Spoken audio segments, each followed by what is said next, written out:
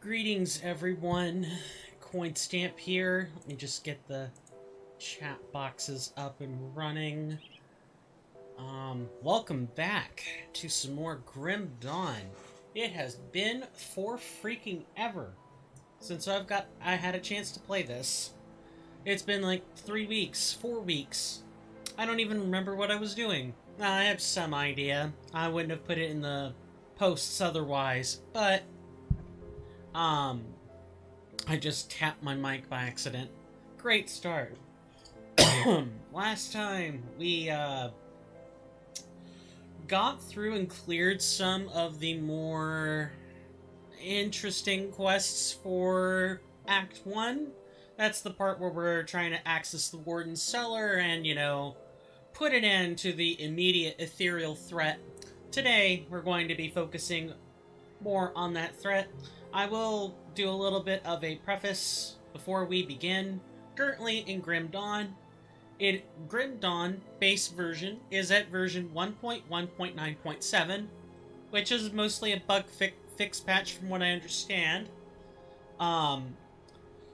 Grim Dawn Dawn of Masteries has not updated to 1.1.9.7. They're about two instances, actually it's one, because they skip 6. Yeah, 1.1.9.5 is where Dawn of Masteries is. I have no idea when they're going to update, if at all. I've tried to look for a Discord or a community server where Dawn of Masteries is being housed, but the Crate Entertainment forums are not exactly the best place to be looking for Dawn of Masteries. Yeah, the site houses the mod, but sifting through the forum posts is quite a treat, in quotes, for the uninitiated, and even for someone like me, who has visited the Crate Entertainment forums before, though does not have an account. Sifting through that nonsense still takes a while. So, I don't know how long this series is going to be alive if it doesn't receive any love or any updates since 1.1.9.5. I'm really hoping to eventually dig into some news on this, but until then, we are going to play like our hearts and our lives depend on it, especially seeing as how I've piddled 3 weeks away. I believe I mentioned I would do some grinding. Yeah, I've done none of that. I'm sorry, that shouldn't be funny, but it is. Because I make these claims of things I'll do, and then something happens, or my life changes, or, you know, sometimes I just get sleepy, and I don't stream when I'm supposed to, and as a result, I've definitely not been doing the things I'm supposed to do. I intend to course correct this eventually, but there will always be things that you know, kind of jostle me off that path. So it's just going to be up to me to make sure that that doesn't happen for a good long while. Well, of course, wherever we left off in Burrwitch, we cannot go back there, because the way that the rifts work in Grim Dawn is that your local player rift, excuse me, by pressing L, it's stored until you log out, and it'll always take you to the last place that you've put the rift. So if I put a rift between Burrwitch Estates and Burrwitch Village, oh geez, yeah, if I put up a rift halfway between those two places, well, guess what? It's going to store that exact location. We're always going to have that halfway point between Burrwitch Village and, let's go ahead and get ourselves repositioned. I'll explain my Grimmest settings in just a second. But if, basically, long story short, I'm sort of forgetting where I was going. But the main point is just, as long as you don't exit the session, and you go back to the character select screen, or you exit to desktop completely, your last location where you put up the rift, it's stored. It's there. You can always rely on it being there. Granted, I mean, even if you do this, even if you store it, you know, it's still up to us to make sure we put it in the right place, but regardless of whether we do or don't, the game will store it until we log out. And then after that, the only rifts that the game will bother remembering are any that are on the world map that are highlighted. All of these orange swirls. Anything else? Good luck. As a reminder, I'll just kind of run through our build real quickly. We are going for a split or a spread damage build. That's the best way I know how to say it. With a ton of different cleave components. With some other abilities taken for control. Our current intention is to specialize in lightning and fire. The lightning part is pretty easy to do. The fire part is kind of hard to do with our current talent setup. Or our current mastery setup. You can tell what I've been playing over a 2 to 3 week stint. Can't you? Anyway, we put some points into Elementalist to grab Ice Bomb, which is a good spacing tool. And then after that, we pretty much focus on anything to do with Electrocute. Taking Teleport as another spacing tool. And we just started putting points into Storm Crystal. We were sort of torn between, you know, Lightning Crystal and Storm Crystal. They both kind of do similar things. But we're getting into a tangent here. I can sort of discuss the finer points of my choices later, but as far as devotion is concerned, we're pretty much taking anything involving lightning damage at the moment. All of our devotion points are pretty much, you know, split out toward the 4 trees that we needed on, and a 5th point over here. Yeah. So that takes care of the build preface. Not much more to say than that. Now, to get back to where we were, for Flesh and Iron, see, I've already pressed L like it's World of Warcraft. Great. It's probably... is it Q? No, but we can get to it through Q. So, Moldering Fields. Yeah, okay, Moldering Fields. So, we can find the Moldering Fields by looking on our map. As we explore places on the map, doesn't matter how big or small, as long as they aren't from Dawn of Masteries, then it gets a little nebulous. But, as long as you've bumped into it at least once, you can always find the intended place to go for your quests. Now, they won't actually mark them until you see it on the mini-map, which is kind of a bummer, I guess, but it could be worse. They could not mark it at all. They could just leave sections unlabeled and have this nice, pretty-looking map that doesn't do more than help a few people. But I'm actually really glad that they've at least accomplished something halfway. As for the Grimace settings, I have had to tone them down pretty significantly just to keep the game from crashing. Because, Grim Dawn is stable base form, and in Dawn of Masteries, if you don't actually bother changing the mob density or the number of elites or heroes on the screen, then you're fine.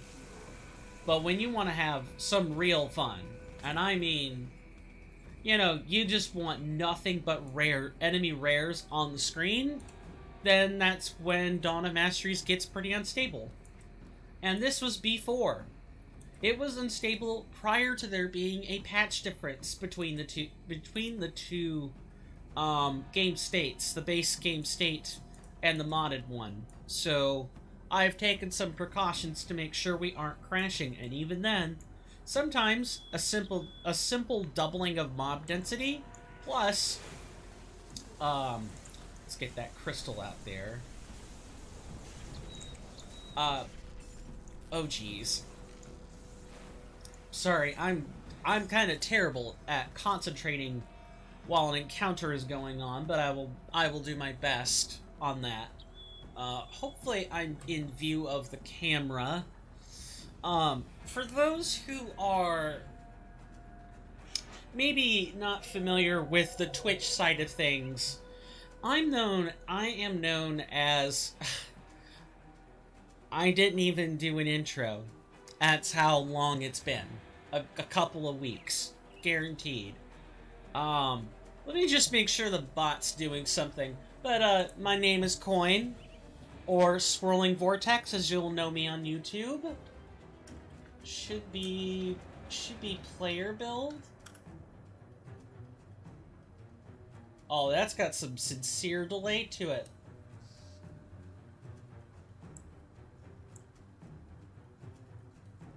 Interesting. Okay. Yeah. Oh my god. Did I... Elementalist... Yeah, I need to correct that command. I ended up with Sentinelist instead of Arcanist. Arcanist is cool. Arcanist is a base Dawn, Grim Dawn mastery that uses something like, what is it? Panetti's Rapid Missile?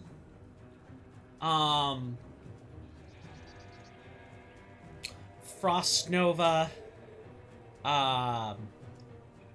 Starfall, and a few others. I'm probably forgetting the name of the exact skills that you get from being an Arcanist, but when I was playing Grim Dawn, just normal Grim Dawn with nothing special to it, that was my first mastery, and the second one ended up being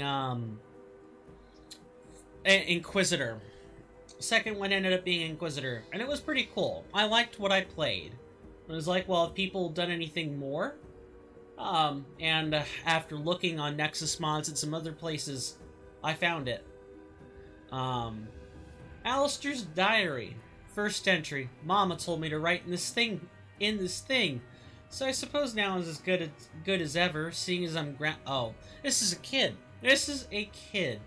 So seeing as I'm grounded again, so I pulled Abigail's hair. She started it. Why doesn't she have to sit in her room and write in the stupid diary? Tomorrow I'll catch the biggest frolic I can find in the marshes and leave it in Sister's room. We'll see how she likes that. So, Mama's been reading my diary and now I'm grounded again. The frog got out before Sister even saw it. Why isn't Papa home yet? He was supposed to take me out to Burrwitch today and he's still not back from business.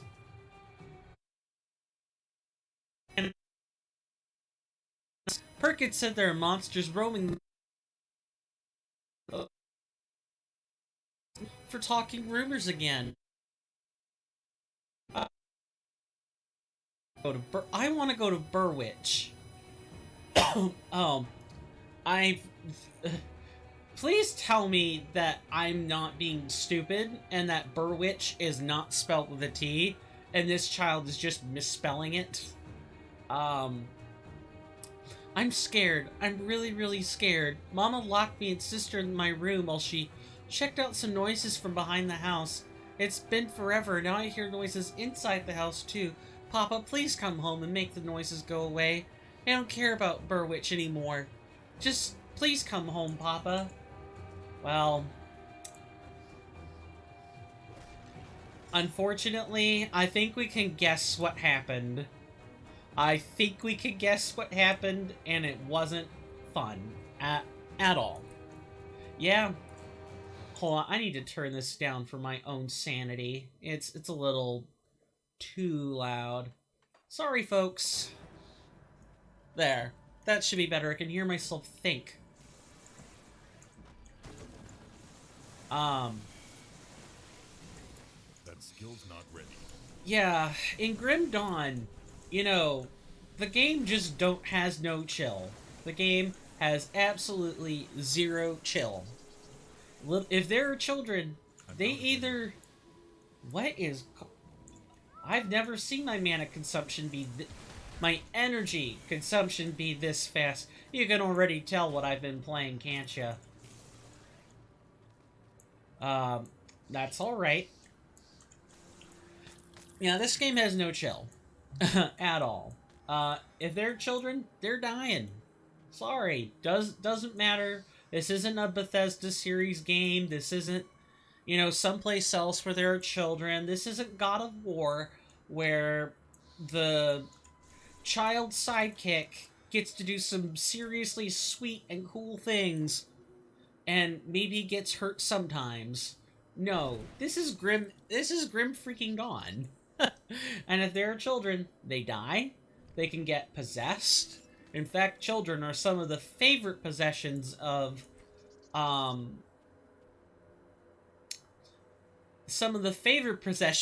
ethereals because they blend in so well.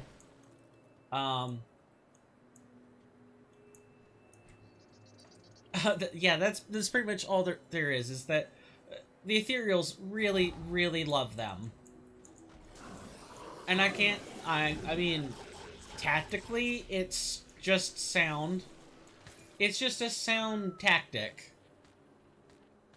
It's dark, but we're human. We can't help but think that.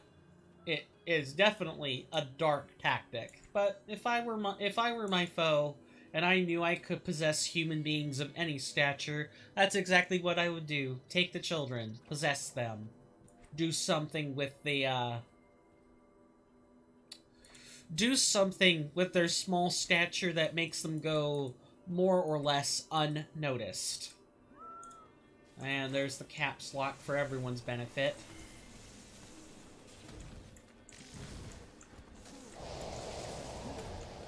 Just having to be careful and kind of like maintain my spacing.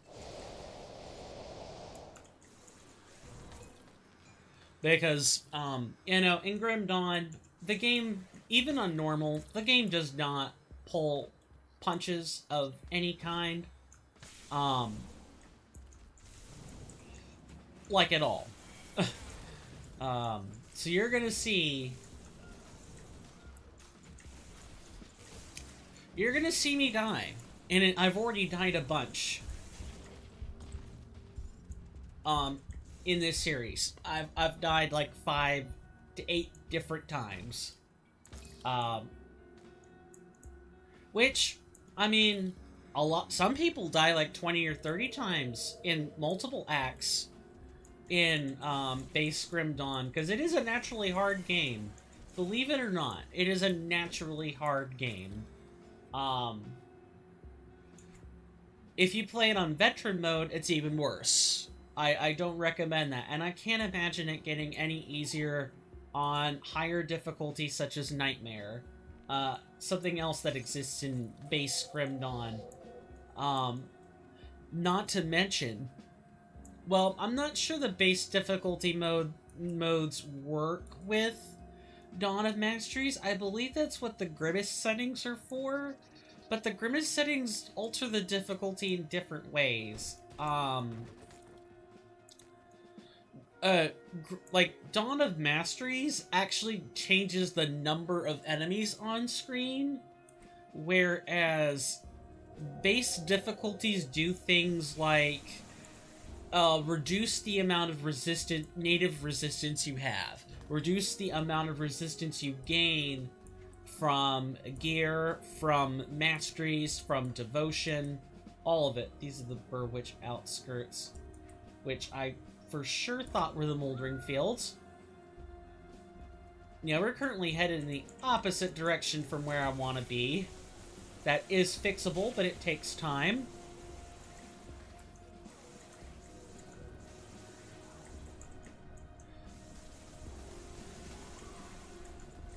Gotta be careful. Can't be, leaving the empty space too long. So in other news, since there really isn't much to talk about except,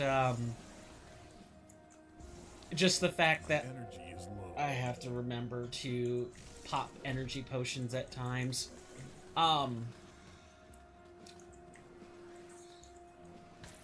So, for those who've had COVID-19, supposedly one out of every 6 people gets long COVID.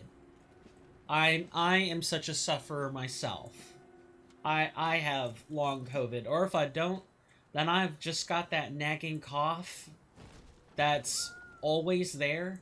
Granted, I had a cough pretty much before the pandemic started, so maybe I'm hallucinating. Maybe I'm thinking that I have long COVID and I actually don't. I don't know. But what I do know is it has gotten harder for me to formulate my sentences and to multitask. And this is on top of just, like, human aging and other things. And what I have found through YouTube videos, there's one in particular that I will link toward the end of the stream, because I gotta find the post about it. But essentially, the doctor is a psychologist, and he gave me, not me, he put in the video like 6 different things that all kind of contribute to brain fog like symptoms. And some of the best things you can do are the things that the doctors are always nagging you to do. But that's what I've been doing kind of in my spare time, is just kind of figuring out, well, how do I handle my brain fog? It's not as bad as some others. As some other people have it. Really, it just keeps me from firing as quickly off the cuff as I used to. I need a script a lot more often now, or I have problems. Some of it probably is related to, I spend so much time typing things out where I can sort of edit them to be perfect. I can edit them to say exactly what I want them to say. I don't have to think about, well, okay, I'm saying one thing, but I'm saying one thing, and I'm not having to, like, double back on it. I could just say that one thing. I could type that one thing, explain that one concept. Whereas when you're talking, like, live, I guess, it's a lot harder for me to do that. Like, if I don't go into it with some kind of game plan of what I'm talking about, and today is not one of those days, I can already tell you that.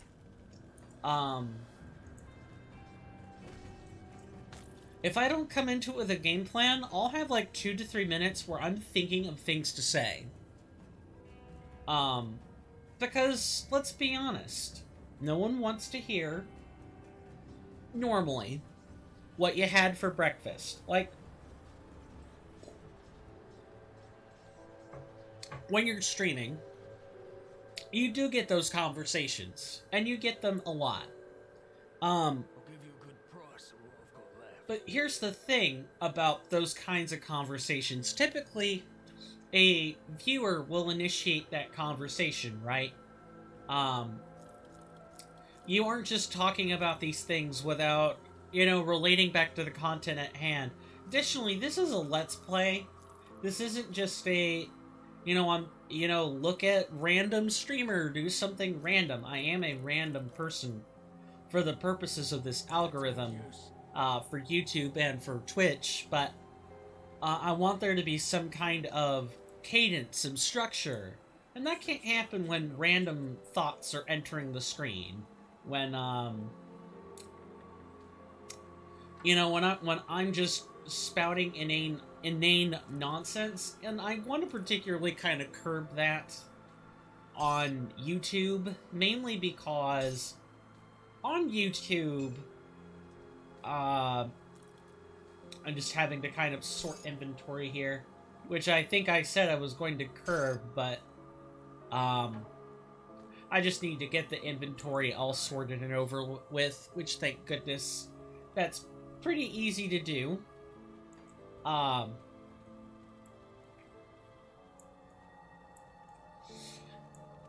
guess what I'm trying to say, in the most basic sense, is that this series and my series on Twitch, where, like, I play Elden Ring, I play Blasphemous, while those things get uploaded to YouTube, and I need to do a whole bunch of edits, which only rack up by the week. They only rack up by the week. If I don't do those edits, I put those videos on private. I don't let people see those. Just unedited swill. Especially when it has 20-minute periods where my mic is muted, or I'm talking about something that makes no sense, etc., etc., etc. I could go on and on. But those VODs are there, those long-form VODs are there specifically for people on Twitch to go back and be like, okay, yeah, I'm watching, 4-ish hours of a streamer talking random things and showing off various aspects of the game. I do try to keep some structure on Twitch, but on YouTube, I try to do that even more. I try not to engage in random conversational topics unless a viewer initiates that first. And even then, I really screen these things. I can tell you've had your share of horror. Tell me, what was the battle like? I can't remember what voice I gave him, so I'm just gonna give him one right now. It was so sad to see men twisted in that way. I just put them out of it. Perhaps they didn't deserve the fate they got, but at least now there's less of them out there threatening the living. You did the right thing, here's your iron. Yeah, Grib Dawn, there are a few humans just lying around. Most of them have been taken for other purposes or subjugated by other humans, or they're living by their lonesome. 25 iron bits. I figured it's probably about time we put our... how to put this? That we change our appearance just a little bit. I think I got... Didn't I have a staff before? I could have swore I had a staff before. Just go ahead and shift that over. Now, the illusionist system is pretty fun. Like, sitting here and sifting through all the outfits that I've had over the course of playing Dawn of Masteries is just... Oh, I think I wanted, like, the blue cloud. If only you could search these things. You cannot, alas. Yeah, here we are. Panties. No, pants. I tried to say pants, but cute, and it ended up coming out as panties. Unfortunate. Let's not speak of that again, shall we? Let me try to find these. Maybe I don't have Blue Cloud everything. But, not trying so hard not to amble on and on about useless topics. But transmog, it's basically what this is, no matter what you call it. It's transmogrification. You can blame World of Warcraft for that one. The term just sticks. We just find something that fits in a little more reasonably. Fully could. Maybe... If only you could do, like, bare hands or something like that. Anyway. You'd be surprised how fun it is to just, you know, essentially play glorified dress-up with your characters. Which is something I really think people can only appreciate when they have a game that goes through and actually paper dolls things for you. A lot of times, even in something like God of War, where the graphical power is so immense and the details are so fine, you think that paper dolling something wouldn't be a problem. And there is kind of a paper doll effect in the more recent God of Wars, kind of. I don't know anything about Ragnarok, so maybe I should keep my mouth shut. Yeah, there's like a basic paper doll effect. Let me think of one where you really should have one, but you don't.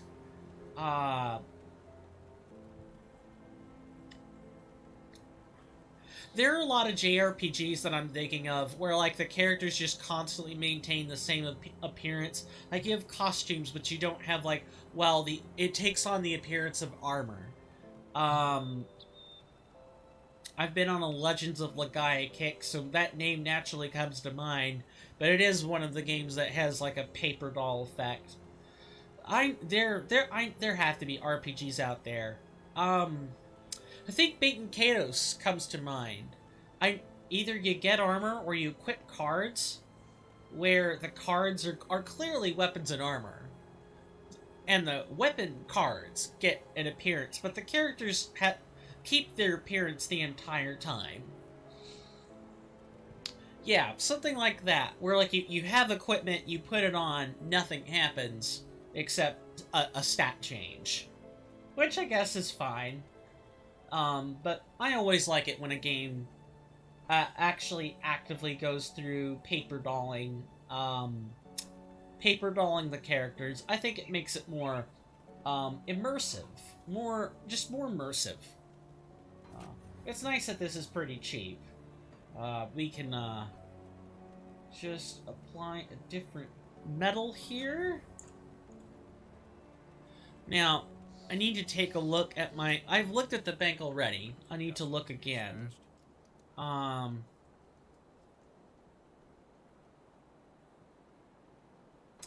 It's the second tab. Okay. These are still functional.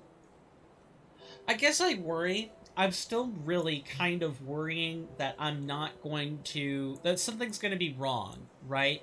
Because there is a difference between the patch of the game that Grim Dawn is operating on and the patch of the game that Dawn of Masteries is operating on. So you're always worried that there are just going to be fewer appearances or things won't look right.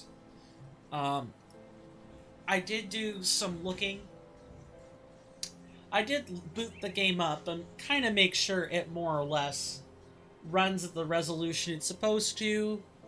I can already kind of tell that my display is sort of cutting off some of the buttons, but to be quite honest with you, you're not, it's kind of hard to read the text even at this resolution. So really, I don't think people are missing out on much. I really, really don't.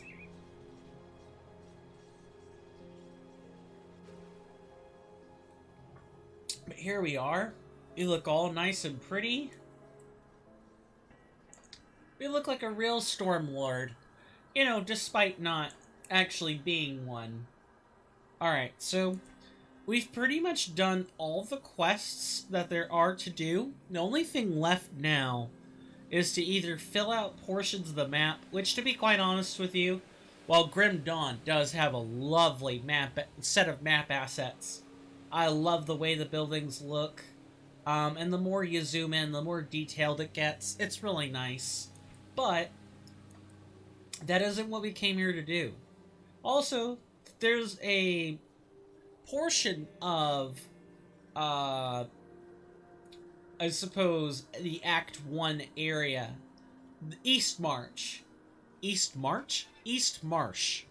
and Hallowed Hill. We haven't really been here yet, and that's because we need to fix it up with some dynamite, and we're not quite at the correct level. We're about 4 levels short. Yeah, you didn't think that every place that you find in the game is going to be all at level and that it all scales with you. No, there are definitely some things that don't scale, and East Marsh, excuse me, is one of them. And that place is some a real bag of laughs. Real fun. And I've gone there on Dawn of Masteries as early as 16. Level 16. And, I was not surprised to get my butt whooped over and over and over again. I really wasn't. Also, can I just talk about the YouTube changes for a moment? Excessive violence, excessive cussing. Granted, that's not really a problem for me. I don't cuss, so I'm fine. And if I do cuss, guess what? It's usually damn and hell. Guess what? YouTube doesn't count those as curse words. I can say damn and hell all I like, but I may not want to do that, nor do I think every sentence should have a damn or a hell in it. That's meaningless tripe. If you use it all the time in every sentence, it has no meaning. You just do it because, well, you're doing it. You're doing it because it's how you speak. The only time I cuss in public is when I want to make a point. Otherwise, the only time I cuss on my own is when I'm in private, when I don't have people around. I realize I just talked about being private while also talking about being alone, but those don't necessarily exchange. Those words aren't necessarily one-to-one. They're not completely interchangeable, but I digress. Yeah, I try not to make a habit of cussing in public. You just get along so much better with people in general if you're not hurling damns and hells at them all the time.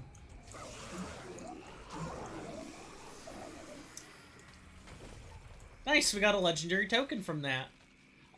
Legendary gear is for level 50 and above. So if you want, if you play this game for long enough, and I believe you can go up to level, what, like 100? 70? 80? Something like that.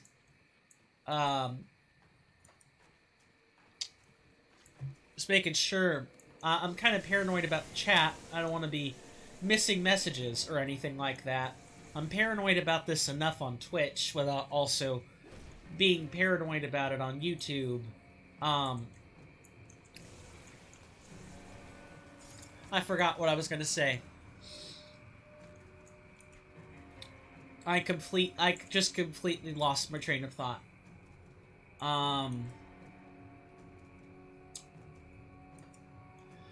I'll think of it. If it was really important, I'll remember what it is.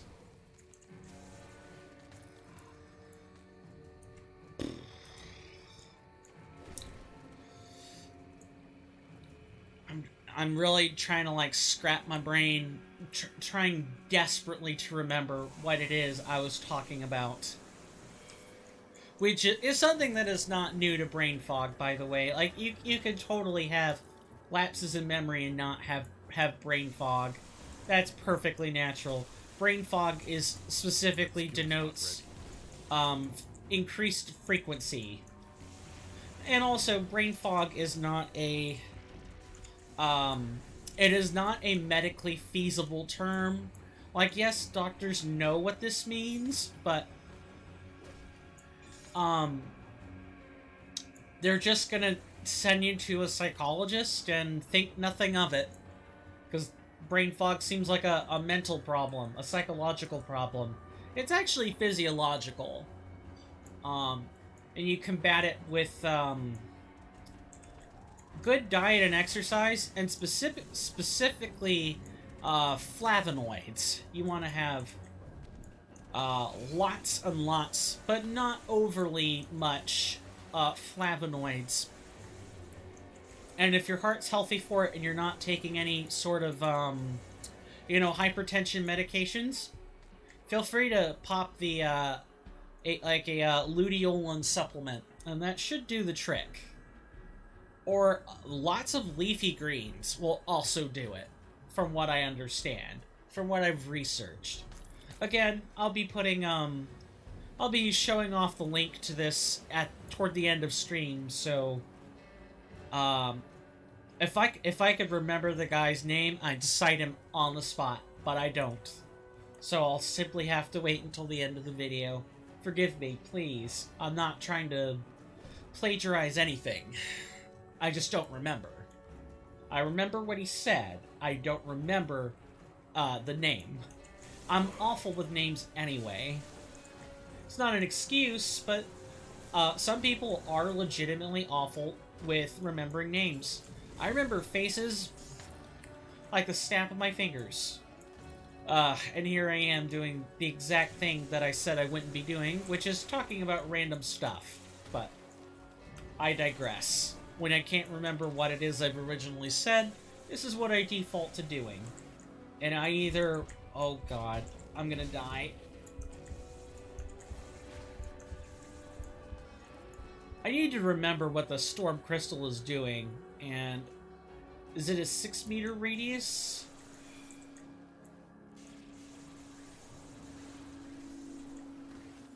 I can't remember. 3.5 meter radius. Yeah, you essentially, plant these on top of the boss you want to be, using. You won't typically use storm crystals unless there are a large number of rares on the screen, and you kite them back and forth through the storm crystals. I'm beginning to feel like the lightning crystal might have been a better pick. Like, if I look at my Masteries and I go over to the Scintillist, affects up to 3 targets. Don't know what nearby. Nice.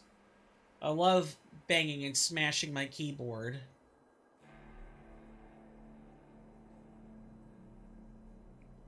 Just gotta make sure that that I don't have anything important. And I don't. It's just a bunch of YouTube notices. I worry about this other chat screen. Let me just make sure I'm not missing anything. I really am paranoid about this. So, it's really bothering me that I cannot remember what it is I was thinking about. I know it had something to do with like the map assets. And I can't remember why. I feel like I was ambling even in that instance. One of the nice things about Electrocute, you can reach enemies across the screen and wipe them out before... you can wipe them out before they've even had a chance to get there. You can clear lots of trash this way. There's just one problem. Typically, rares don't go down heroes, elites, nemesis, enemies, they don't typically go down with a single electrocute. So the fear, especially with something that affects as many targets as it does, is that electrocute's just going to get you in trouble. You just kind of have to accept that it's going to get you in trouble. Yeah, that's about the range I would expect on the crystal, if I'm being completely honest. 3.5 meters is not a lot to work with. But I forgot. We leveled up. Let's take a look. We typically get enough spirit on gear. It should be less concerning now. What I typically like to do is, when I know I need spirit, I'll put points into that. Otherwise, I'll put points in, like, cunning or something. And specifically cunning, because cunning directly increases your offensive ability, and offensive ability increases the chance that you're hitting something in the game. It is essentially hit rating. If you remember old World of Warcraft, like Burning Crusade, Wrath of the Lich King, those had the early pieces of gear before the overhaul had hit rating on them. It's kind of like that. Only it's much less severe, much less harsh. The penalties aren't nearly as much if you fail. Let's see. Undo points. Yeah. We've already got the Storm Crystal active, so let's... One of the things as well with this build, right, is that we're a spread build. We're a cleave build. We want our primary target to be taking a bunch of extra damage so that it's actually worth it to cleave. Because otherwise, single target burst is just almost always better. That's true whether or not we're talking about a JRPG, an MMO, a hack and slash where you have stats. The radius gets larger. Good. I was really worried that radius would be at a constant 3 meters, 3.5 meters. Okay. So that continually increases, which means we can track it all the way up from level 1. So the meter radius increases by 0.5 per level, and there are 16 levels. So at level 1 would be a 2.5 meter radius, and then increases by 1 every 2 points. Okay, so this thing is gonna have like a 10.5, 11.5 meter radius if it doesn't cap out somewhere. That's really nice. That'll make placing the crystals a lot easier. Always remember to read your masteries, whatever you're choosing for your talents. Or I say talents, they're masteries. I want to try to get the name correct where I can. It's always important to kind of read these things, especially on something like this, where numbers mean everything, more or less. Oh yeah, that electrocute's going in the building. Absolutely in the building. One crystal right there is probably perfect.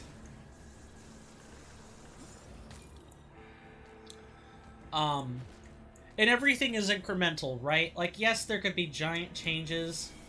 You know, you could increase things by a couple 100 points, but eventually, and it's always eventually, you will always have small 0.5 point, 2.5 point, 8.5 point increases that seem so small, right? That seems small in the scope of the game you're looking at. But in the case of Grim Dawn, you know, like a 10 or 20 point increase is definitely worth looking at, and even something as small as 5 points or 2 points is worth looking at. You never know what's going to be an upgrade unless you read. Um, so I highly encourage it. Reading is a skill you should have. Reading comprehension is a very good skill. It's definitely worth using. Okay, we picked up some journals. We picked up 3. We should read Krieg's first. Also, I misspelled Krieg, which I will have to go back and correct. I thought it was spelled with 2 E's. Apparently it's an I and an E. And you'd think I'd remember that from playing, but I forgot. My apologies. For the record. Okay, does it matter which chat I'm looking at?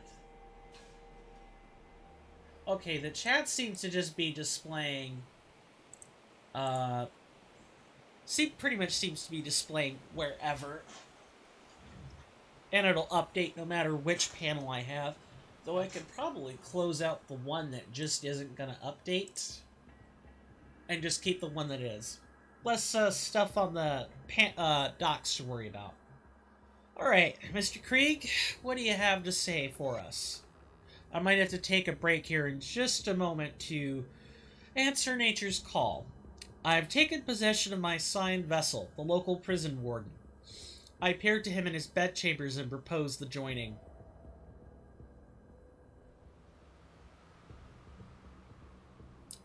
I had anticipated fear and skepticism, but these humans are apparently all too ready.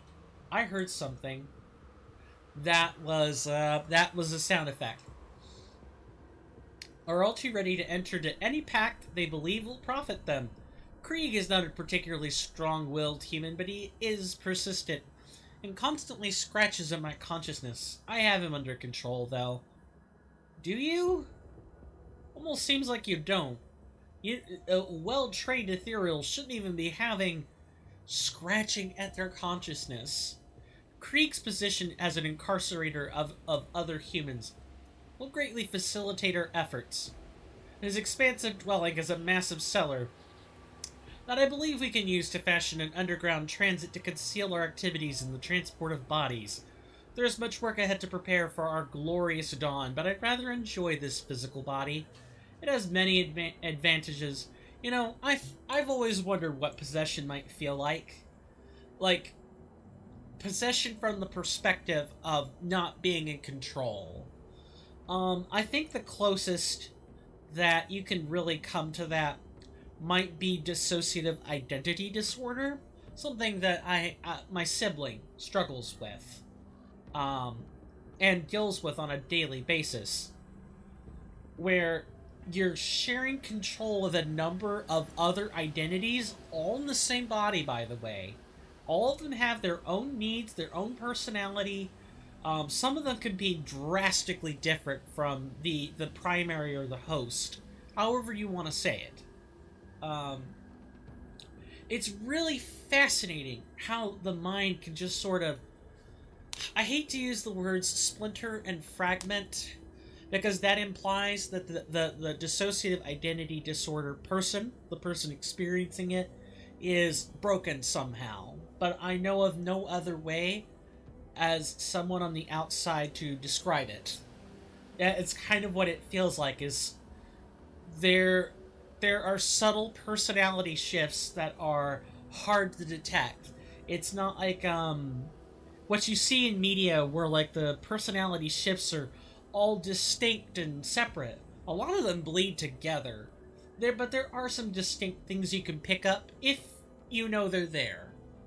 And only if the person with the disorder actually tells you about it. Like my sibling has told me. And I will not be sharing any details of that, because that is their business. But I do know what dealing with someone with DID is like. What someone with these... I don't want to call DID possession because it's not. But that was the premise, right? Is I wonder what possession might feel like. Where you're taking a back seat in your own head. I really do apologize if I offended people by saying it the way I did. Please know that that is not what I mean at all. And I mean no ill intent, but I am sorry nonetheless. Because words hurt, and it doesn't matter if they're directed at someone or not. They hurt. Words matter. Words have power. Words are not these formless, meaningless things that, people in media claim them to be. They're full of hidden meaning. It's just today that's mostly changed from, oh, well, this word has a dozen different contexts. You pick the right context to use the word for. No, it's like words all share a similar context, but the emotional depth of each word is what has changed. There's a lot more, forgive me for using it this way, but tonality in words. Like, the Chinese language has tones. You speak a word a different way and it means something else. Well, words today don't exactly mean something else if spoken a different way, except for when the inflection is obvious, right? Whereas Chinese tonals, there's no emotion to be had in them apart from the emotion of the word or the person speaking. It's not inflection, it's a way to change the actual meaning of the word. It increases the contextuality of the same sounds because a different tone was used. Of course, I may be misguided in what Chinese tonals are supposed to be. Please feel free to correct me if I've got it wrong. That's one thing I want to make sure I'm continuing to remain well entrenched about, is not saying the wrong stuff. There's a lot of, I don't want to call it misinformation. I think that's kind of a trap term. But it's faulty information. It's information not. I'm doing the World of Warcraft thing where I'm running in circles while I talk. Because I'm thinking about taking my break is probably what it really is. I just lost what I was going to say. But I guess long story short, I do wonder what possession might feel like, and we had a tangent about Chinese tonals somewhere in there, and like inflection and stuff. Today is terrible for commentary. This commentary is garbage. Alright, so we've made some good progress for the hour. We completed a quest, and we're now in the basement. Hooray! I'm going to take a small break. I normally do these in the middle of streams on YouTube, and it's usually one break. I get the feeling I'm going to need to take 2 today. This should maybe be a minute or 2. But when I come back, we'll keep going. We'll keep filling out the map for the Warden's Cellar, because oh boy, does the Warden's Cellar have a ton of just latent material in it. A ton of rooms, a ton of monsters, and a ton of heaping hot loot. And with that, I'll see you guys after this bathroom break.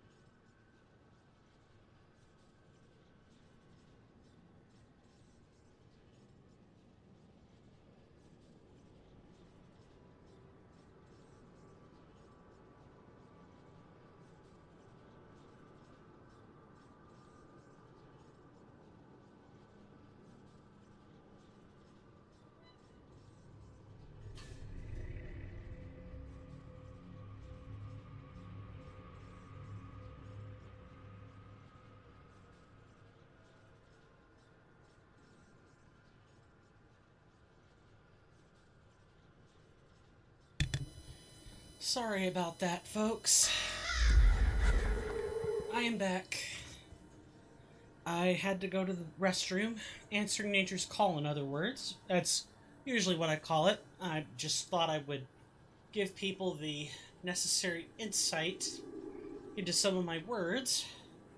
Most importantly, apart from that, I did have to go help someone bring a box into the house, and for that, I apologize for the extra time that took.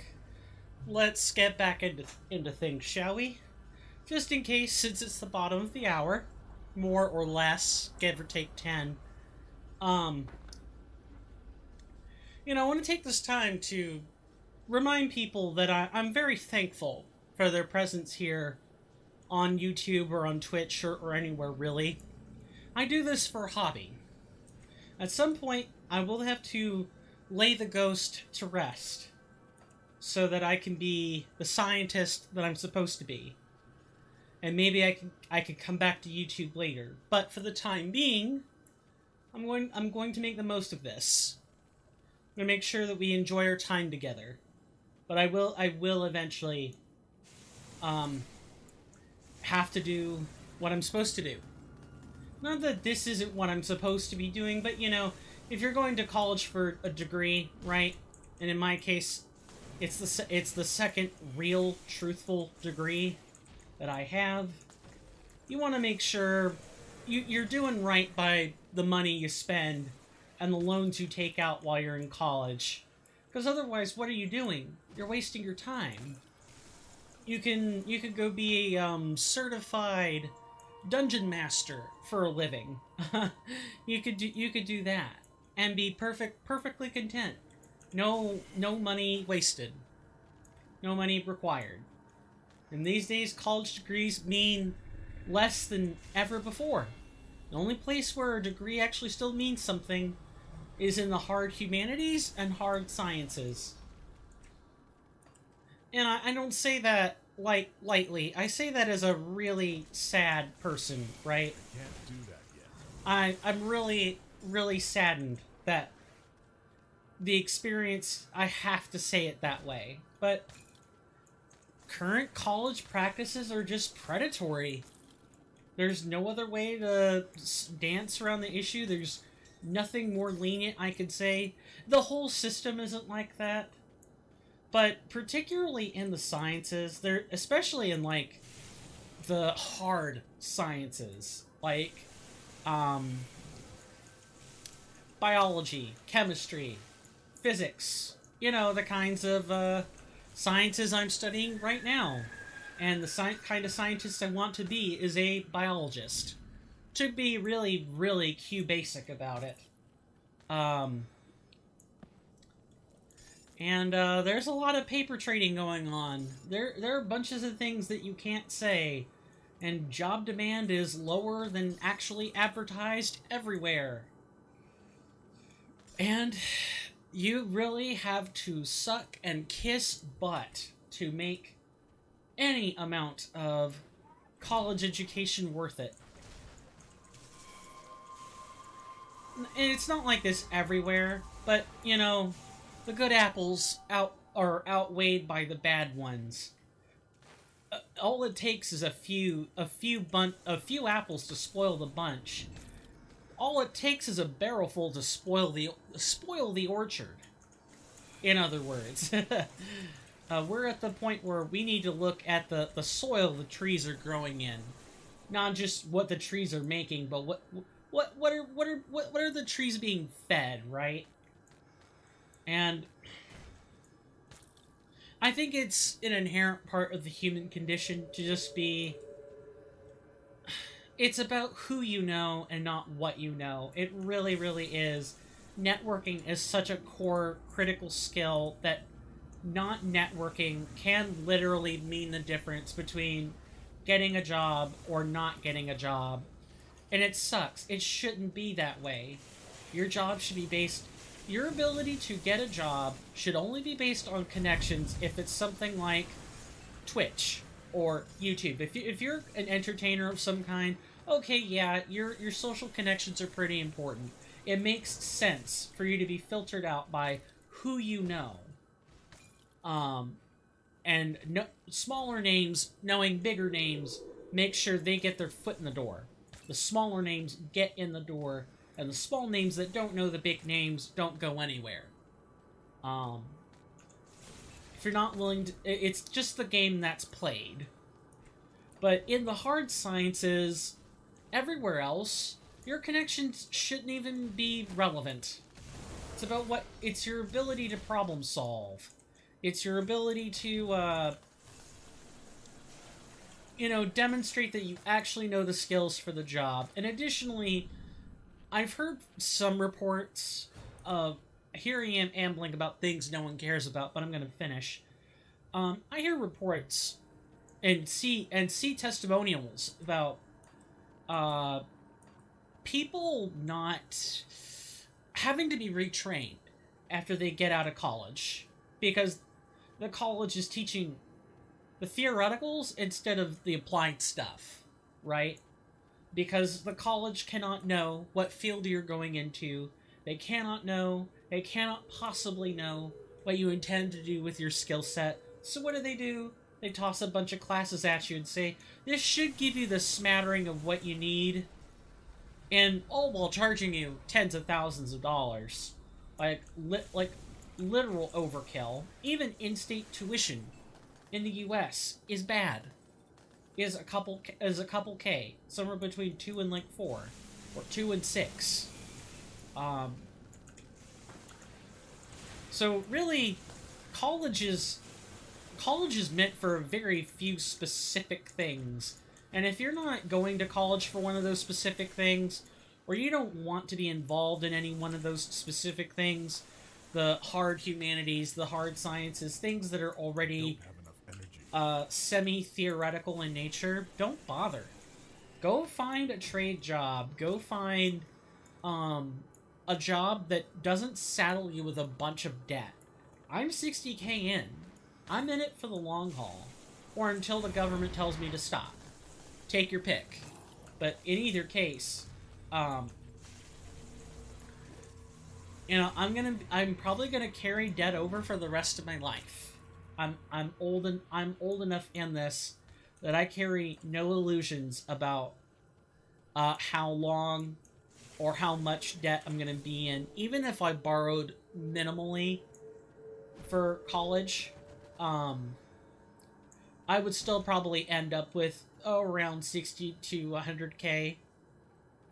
And that's for a bachelor's degree.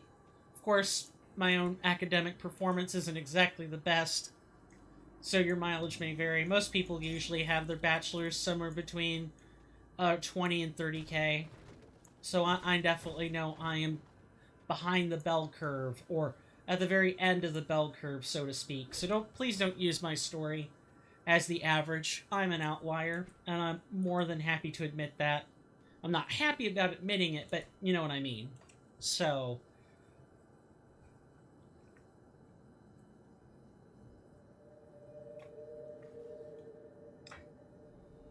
still, to make education truly free, as people claim it should be, essentially no one would be paid for anything. The government would be taking a fat L with every service they provide, with every human that they have to tend for, that they have to tend to.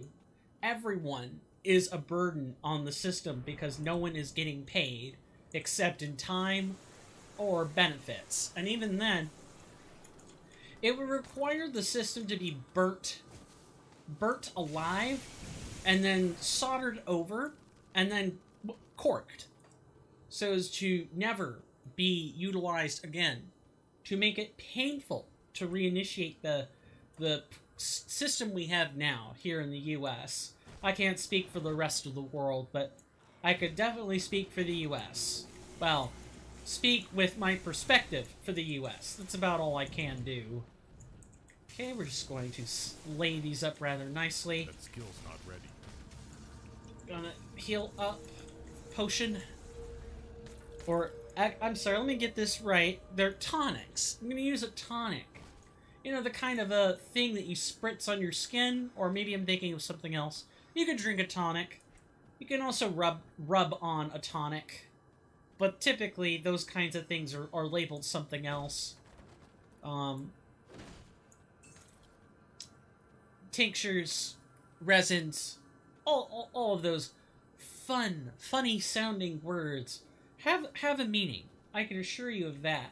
And most of the time, it's based on what they're stored. It's what the compound is stored in. Like a tincture is something that is stored in oil, or specifically oil stored in alcohol. I'm hoping I remember that correctly. Because I'd be a really sad boy if I'm not. Because I spent 2 years trying to learn the ins and outs of farm tech so that I could know what those words mean and not mix them up or get them in wrong contexts. Okay, come on, Jaren. Show us what you got.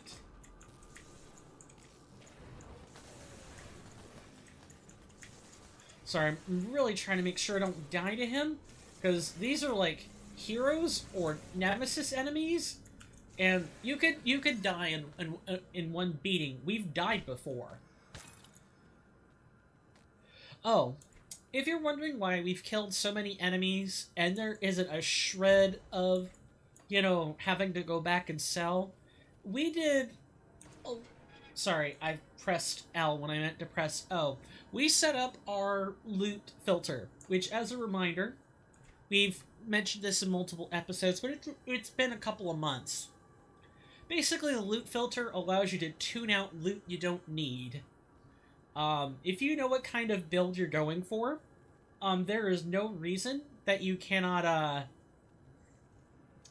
filter out your loot so that you're not inundated, even with our 5 pages of loot, right? With our 5 inventory packs. And, oh, we never read the journal entries. We have to go back and do that. No, there's no reason to go back to the storage site. That's just, you know, I want to make sure I give us our due. Let's start from the top. I finally arrived in Burrwitch. Okay, so I just straight up spelled it wrong. I'll have to go back and correct that. It is, in fact, Burrwitch, not Burrwitch like sandwich. After passing through the dismal area known as Whitemire, for years, tales of supernatural occurrences have circulated about Whitemire, and indeed the name itself makes one uneasy. I hadn't put much stock in them, but my recent experiences lend some credence to the old tales. Nevertheless, I have reached my destination, and it seems like the Warden of Devil's Crossing, who resides in Burrwitch, somehow anticipated my arrival. A footman greeted me as soon as I entered town and insisted I accept Krieg's invitation to be put up at his manor. I find this very peculiar, but I have accepted the offer, as it may be my best chance to investigate the manor itself. Going to make this entry short, as I've just been summoned to join Krieg for supper in the dining hall. This should prove illuminating. The good solid mark of an experienced inquisitor. Knowing when you're being called, and keeping your entries just short enough to where no one can really glean anything useful. I've been a guest to Warden Krieg at his manor for over a week now. My suspicions that something terrible is going on here grow with each day. Every day, I set out to some destination in or around Burrwitch to investigate yet another unusual crime or ominous rumor. Some are easily dismissed as more mundane human crimes or merely fantastic tales, but many of my investigations have come to darker conclusions. I feel there's a pattern emerging here, but I cannot yet put the pieces together. They are peripheral cases, though, and the main purpose of my involvement in them is to give pretense for my prolonged stay in Burrwitch. Krieg himself has become the focus of my primary investigation. Despite an overwhelming conviction that Krieg is not what he appears to be, and is almost certainly involved in some sort of unnatural activity, I have found no irrefutable evidence of wrongdoing that can be used to open an official investigation. Much of the manor itself is closed off to me. There are rooms upstairs from which Krieg and the other visitors come and go, but I am not permitted to enter. Stranger yet, I've awoken in the night to sounds like the creaking of wagons moving along a road, but then looked out my window down upon the village and seen nothing. Where are these sounds coming from? The game of cat and mouse continues, but as of yet, I am not certain who is the cat and who is the mouse. Yeah, Krieg is a very... I'm sorry, not Krieg. Creed is a very interesting character. You guys are gonna grow to love Creed. Inquisitor Creed, like I do. He is just an awesome character. His adventures are just... they're a joy to read through. They really are. There's nothing quite like it. Let me just make sure I don't have anything. I don't have any passive stuff to activate.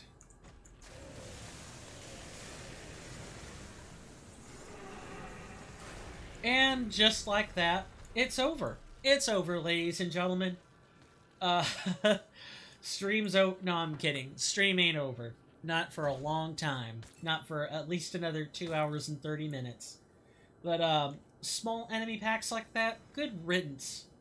Our build just shreds them. One well-placed crystal. One well-placed crystal, one well-managed ice bomb, and most stuff usually goes down. Of course, this is at low enemy densities. At higher enemy densities, it's a little more of a concern. But to that I say, you could go back and watch my previous first and second episodes of this LP for that. Where the enemy density was a lot higher, and there were crashes. I'm hoping... we've been playing for like an hour, and I haven't seen hide nor hair of any unstable bugs. Nothing that indicates that something would be problematic. And I aim to keep it that way. But for when I'm grinding, oh no. The hellscape is unleashed. I will crank it up to 11 and watch as the computer cries in agony over attempts to load enemy models that it should not.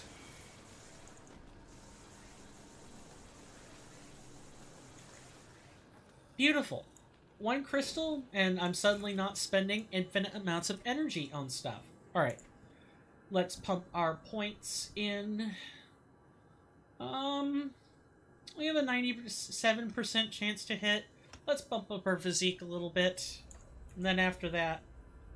really, the main way you get your stats is by upgrading your masteries. By upgrading your general class mastery. Instead of just, like, put it in a skill or something.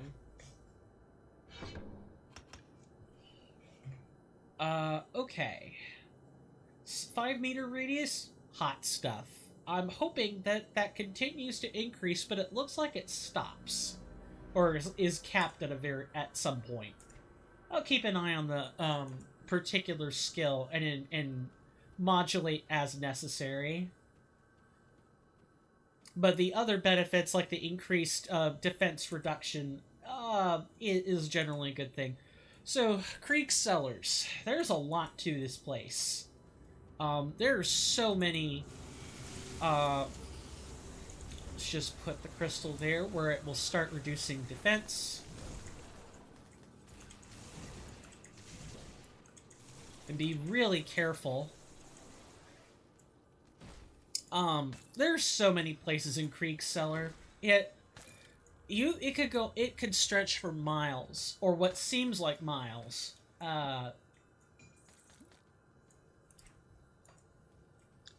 It's... I don't know. The experience is oddly relaxing, but eventually you do want Krieg's Cellars to come to an end.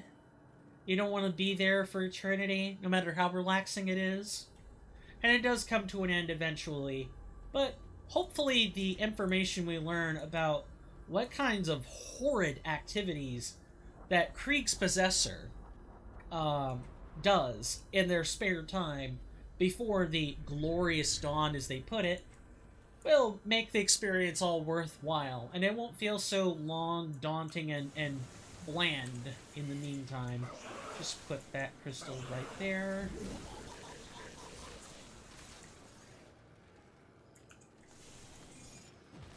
Beautiful.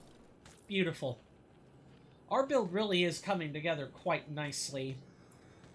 It's always nice when you don't have to go back to the drawing board, when you don't have to respec, when you don't have to replan your points over and over again. If only there were similar tools for you know, Dawn. There are build calculators. You know, complete your build ahead. Doing. I think it's kind of boring, but it's very efficient. If you know exactly which talents, I say talents, if you know exactly which skills, which passives you want to put points in ahead of time, it can make the process a lot more streamlined. And this is, oh jeez, and this is kind of an LP. I don't know. I'm still feel like I'm straddling the line between just a typical entertainment day and like an LP, like a proper walkthrough or let's play. And I'm not sure what I want to be yet.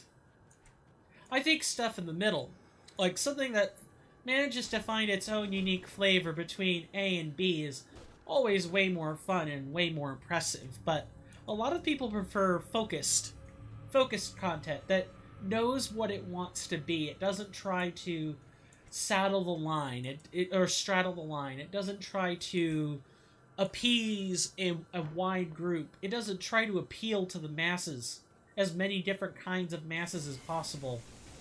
I don't know what I don't know what the future is going to hold in terms of my content yet. I say this even though this is supposed to be a structured LP and I should know exactly what I'm doing. And I do up to a point. But I think it's fun to kind of organically figure out where exactly you want your content to go. That's always the most fun experience, is just figuring out where you want to go. Not quite on the fly, but not quite all planned and structured out. There's some, I guess, sense of surprise, is what I'm trying to say. Some sense of surprise, right? Like with my Elden Ring Let's Play on Twitch. I know where I'm going generally, up to a point. I will say, after Altus Plateau, I'm more or less playing most of the sections for the first time. But I've seen enough of Elden Ring that I still generally have a good footing for where I'm supposed to go. But I might screw up the order if I've never been there before. If I've never been to a particular region or fought a particular boss before. It would take me several tries to get it. No matter how well-structured Elden Ring Reforged's combat or exploration and pacing is. That took my mouth a lot more time to get out than I anticipated.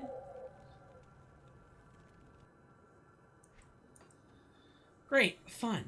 Alright, we're in the underground transit, which I believe is floor 2 of Krieg's cellar. Krieg has a large cellar. As evidenced by, Inquisitor Creed's 4th entry. Where be the wagons? Where do they go? What are they dumping here? Well, we have our answer. Corpses. That's right. Krieg was bringing, and that's Krieg, Krieg was bringing in corpses and prisoners and stuff. Great, right? Excellent. I love that. Love that for him. However, when what you're working on is depraved arcane research, or trying to figure out how to make zombies, There are some inherent problems with that.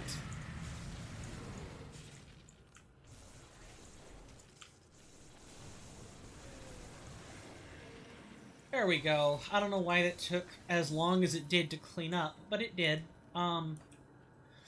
Yeah, this is floor 2. There is a third floor, and I think some of the more interesting journal entries I've read for the game happen to come from that floor. I like Krieg's basement for what it's worth, as you learn a lot of depraved stuff in there. Beautiful. I love being able to stand back, and lightning bolt things to death. I am a Magic the Gathering Is-It player. I love lightning bolting things to death. I think it's fun. Although my opponents might not think so, as I counterspell my way to victory. Oh yeah, I'm one of those kinds of players. Dodge and burn is my favorite Magic the Gathering, style of play. Blue counterspells, blue-red cantrips, creatures that reward me for slinging dozens and dozens of spells, and a lightning bolt to finish it all off. And if I can't kill you through spells, then I'm more than happy to have like a 1/4 defender with prowess that attacks that is able to attack when you cast an instant or a sorcery. I'm more than happy to use one of those to club my would-be opponent over the head until they have no more life left. I'm also the kind of person that is more than happy to run a mono-blue control deck with just a couple of creatures in it, like maybe 8 or 9, and most of them will cantrip into something, and if they don't do that, then they're there to beat you over the head until you die, and I counterspell you in the meantime. Yeah, I love long, grindy games where the opponent is only determined a winner, or I'm only determined a winner after like a constant spell war of an hour. Although I'm also the kind of player that gets hosed pretty hard by lots of just having my defenses tested too much. So usually control decks have like some kind of combo or aggro finish. I would actually be more in line to be a control deck with an aggro finish, where I beat people over the head with creatures, I win through combat, than I am to assemble these awesome combos. I am not the kind of person who can put together combos involving things like Day's Undoing, or Doomsday, or trying to think of another one, like what is it, Biorhythm? Or Balance? Yeah, I don't win through those conditions. Wish I did, but strangely enough, for a blue player, I do like to beat people over the head until they're done. When it comes to card games, that is. I'm definitely I favor beatdown with a side of control. Although that is probably not the most efficient. And I really dislike turn 1 wins. I really dislike those. But then again, turn 1 win. Sleeve up again. Am I right, or am I right? Or am I wrong? Anyway, I'm ambling on about things that no one cares about. Because you don't come to Grim Dawn streams expecting Magic the Gathering and conversations about college predatory practices. You don't come to listen to that. You come to hear me talk about the best ways to play the game. Best way to play the game? Play it in a way that you'll enjoy. Whether that is with or without Dawn of Masteries. Though I honestly think once you start playing with Dawn of Masteries, you're really not going to want to go back. Because there's so many options. It's not funny. I kid you not. the base game is fun, but it's fun in a different way. You don't spam abilities. It's more like an ability order. Like a priority list, right? For those that play like World of Warcraft or something else where you have these rotations that are in a priority list, you do what is at the highest priority at all times, except under very specific circumstances. That's more or less how it is, although you can create such a unique synergy between some build or skill patterns that you can create a rotation. But I find that in my experience playing with Grim Dawn, and I did play up to around 48 or 50 before, is that it's more like use your abilities as you need them to. It's less rotational, more contextual, which is just fine. Here in Dawn of Masteries, you can create a full-blown rotation with, and you know exactly which spells you want to cast. There is no guesswork. You know exactly what you want to do. And my rotations always involve as few buttons as possible. My god. I was playing World of Warcraft like a week ago, and I was surprised. You know, I'm typically a healer in those types of games, and even just like a healing rotation, or like what we call an off spec role, an off specialty role that you must perform within your spec. So in the case of being a healer, typically you're doing DPS on the side. You're dealing damage with your 3 or 4 button combo in the meantime, and some healers have like 8 or 10, depending on what kind of healer they are. I'm thinking of Discipline Priests. That's the one that comes to mind for me. They have like an actual DPS rotation because they're healing through their damage output, which makes sense. So I guess it gets to be a little bit more robust. But even for like Holy Priests, the simplest healing class there is, that's highly reactive, has tons of cooldowns, and if you manage your cooldowns right, you will output some excellent healing. Even Holy Priests have like a 4-button combo. You know, cast, keep up Shadow Word Pain, keep up Holy Fire, spam Smite, and if you're talented to do damage as a Holy Priest, you know, add like your holy words like Chastise, and there's another one in Dragonflight that lets you spam Holy Fire like up to 3 times.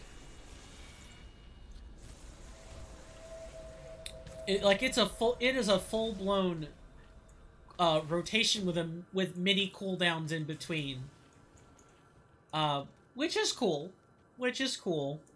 But I miss the days where you could you know, spam a single button and do well, and use your other buttons to sort of modulate cooldowns as necessary. Or maybe not one button, but like managing 3 or 4 different abilities to 3 or 4 different buttons, and managing those 4 things, and then the rest are all cooldowns, with maybe 1 or 2 other abilities for different situations. I miss those. Now DPS have like somewhere between 15 and 20 different abilities they're managing at any given point. This isn't counting like relics or trinkets or things you get from the area you're in, like extra action buttons. None of that. It's very overwhelming. It's very overwhelming. I believe we took a wrong turn and we missed Albuquerque.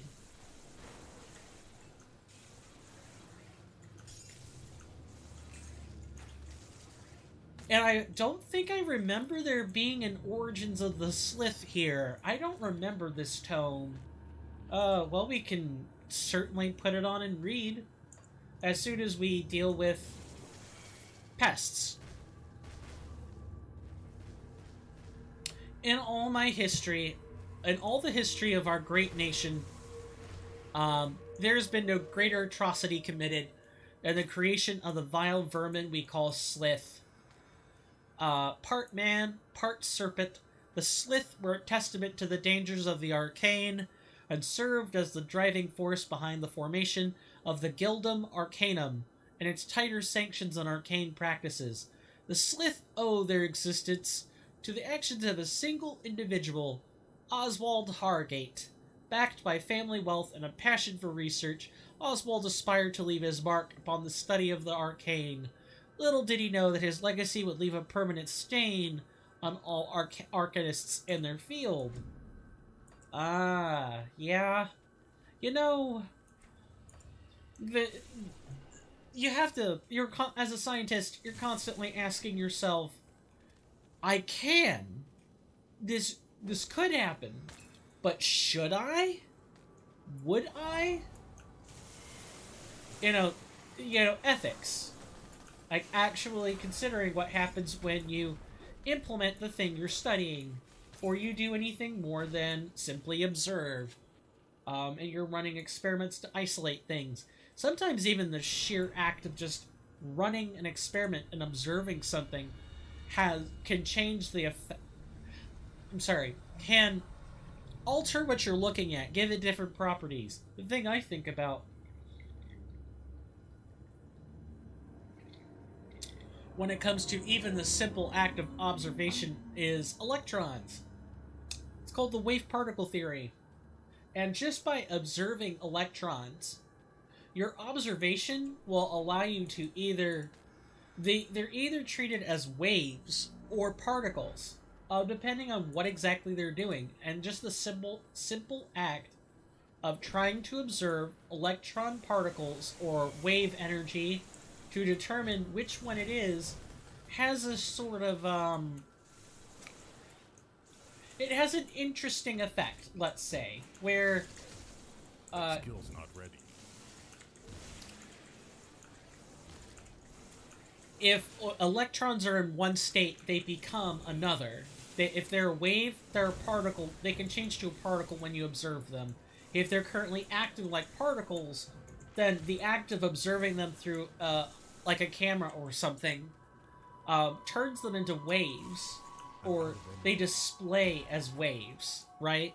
It's really cool. I believe it's called the twin slit experiment that helped firmly establish electrons as both particles and waves.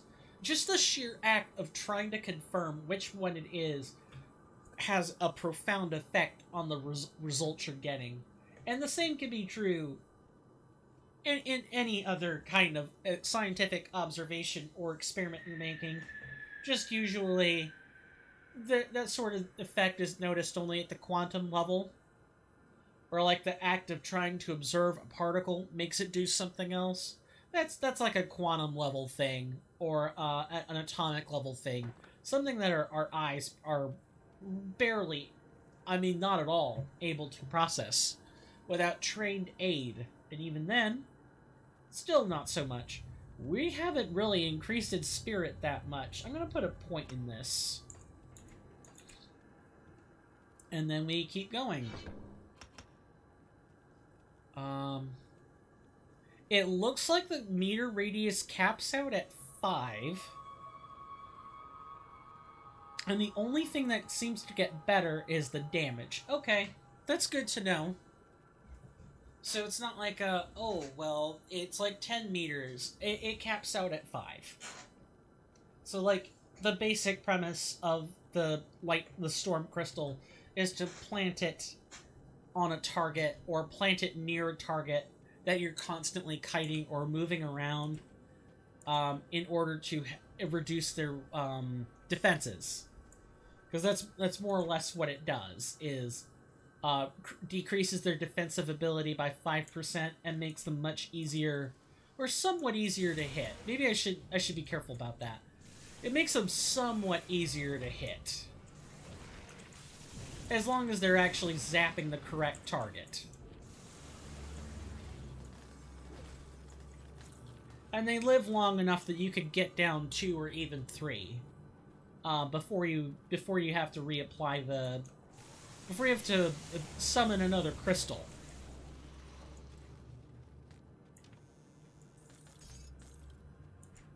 So we're in, like, the optional portions of the abandoned storerooms.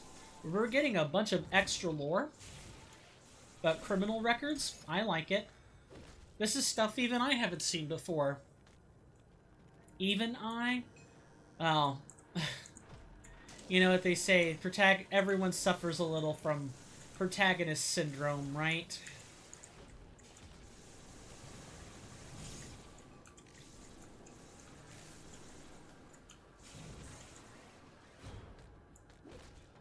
Alright, well that little kerfuffle is all over with.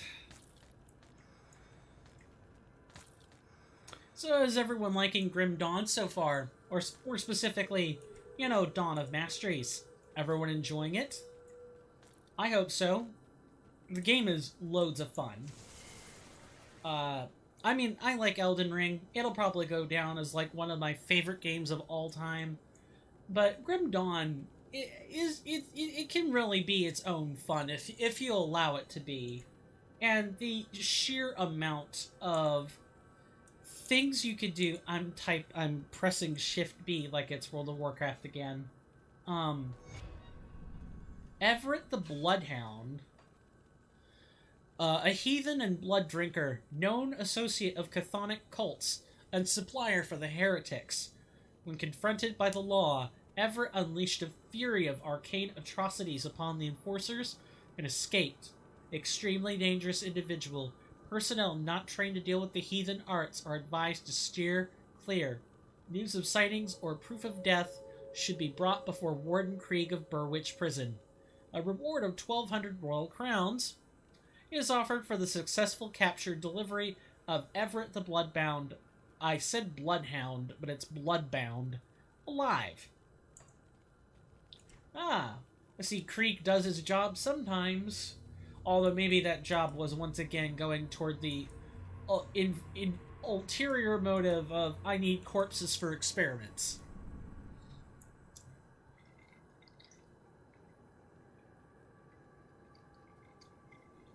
Oh, I almost lost grip on that. I am drinking cheerwine, for those who are curious, which I bet is a grand total of 0 people, but I digress. It's like my favorite beverage. If anyone really wants to, like, you know, buy their way into my good graces, however temporarily it might be, you know, a good bottle of cheerwine will do it for the day. A good 2-liter of it will probably do you for a week. I love the stuff. Sprite used to be my favorite beverage before. But ever since I tasted cheerwine, it's good stuff. It's not that I dislike Sprite. I love Sprite. But I really love cheerwine. It's this unique cherry flavor you just don't get anywhere else. And I don't like how that hiccup just now. But something tells me that I'll need to be on high alert in the future. But, yeah, the cherry drink is stellar. It's just amazing. It's hard to really describe. It's not cherry or dark cherry. It's like a rich cherry. It's strong without being overbearing. And it's not synthetic, artificial, bright cherry. It's good stuff. And I know it was made in, like, Salisbury, North Carolina, in the U.S. One of the few things. No, I'm kidding. But, you know, if there's one thing that the Carolinas are known for, are strange drinks. Very strange drinks. And I would consider cheerwine a strange drink. Best part is it's still produced by a family-owned business, a family-owned company, and all they employ or partner with Pepsi for is bottling. So whenever you're buying Cheerwine, you're supporting an actual real business, and I can't help but feel a sense of pride at that, knowing that my purchases are going towards propelling an actual family legacy and keeping it alive. And of course, if I could make the stuff myself, I would at least have a hand in it. I happen to have done some research on the matter, and by that I mean looking it up on Google. That's more or less what I'm talking about. Just making sure I'm not missing any messages. People do weird stuff with, well, not weird stuff, but like really interesting stuff with their Cheerwine. They turn it into syrup. People in North Carolina they know exactly what to do with it. They turn it into syrup. And they can that stuff. They store it for later. It's just fantastic. Wow, that guy just came, just absolutely blitzing his way toward us. And I'm lucky not to have gotten bopped. Anyway, people do the strangest stuff. I say strange, but interesting stuff with Cheerwine. I've heard people make cakes with the syrup. Or, you know, have a Cheerwine, like, ice cream split or float. I would love to do that in my spare time. Is like, make a batch of the syrup, which is pretty easy to do. You're just reducing the soda when you put it over, like a boiler. And you can turn, like, a liter of soda into, like, a whole mason jar's worth of, well, that's like 8 to 12 ounces, I guess, of syrup, and it's awesome. And the storage techniques keep it good for like a month or two, which is more than enough time to use the syrup, maybe even longer than that. But that's what I remember reading, and it's great. If I could ever have a camera in a kitchen where I could show off my cooking skills, not that they're great, they're kind of awful, and I'm slow, but you know, I have some. I would love to show me going through the process. I need to like tilt this to the right somewhat. So I think I'm being cut off no matter what, though. Yeah, it's whenever I look left. Alright, or right, excuse me. I tend to even get that confused sometimes. Anyway, I would love to show off, you know, going through the process of making something with real Cheerwine. That would be like an actual wet dream for myself. I would go bonkers, absolutely bonkers, doing it, and I would love it. I would love it, but that I would have to have a good kitchen setup, and I just currently don't. Once I live on my own, I could do that then. Until then, you know, I respect the wishes of my parents and don't put electronic equipment in the kitchen. Not unless it's something I can easily remove, like a laptop. And no, I don't want to, you know, start streaming on my laptop with bad, really, really crappy equipment. That is a good recipe for, that's a good recipe to get blacklisted on, like, YouTube. You know, people that realize, oh, this is awful. I'm going to tell people that, you know, the videos, this particular series is awful, and people shouldn't watch it. Which I can't blame them. It's like, that's why phone listings exist, and why Yellow Book reviews are a thing. You don't want to... You should make sure you're putting out good product if you want people to leave good reviews, right? I'm not even looking into the camera. It's kind of hard when I'm playing a game to look at the camera, but I have to find some balance in looking at the camera or, you know, looking at the game and trying to talk. Yep, another particular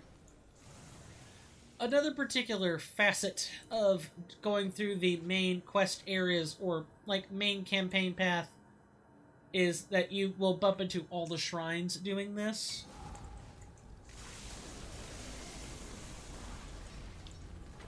Easy stuff. Easy stuff. Oh, I feel like I need a nasal strip badly. I'm gonna try and power through it though. Alright, I believe we were working on a constellation. Let's keep that going. That should help with some of our energy expenses. Not a whole bunch, but 1.5 per second is nothing to sneeze at. Especially when it's hard to find a necklace that'll give you more than 2.5 or 3 points per second.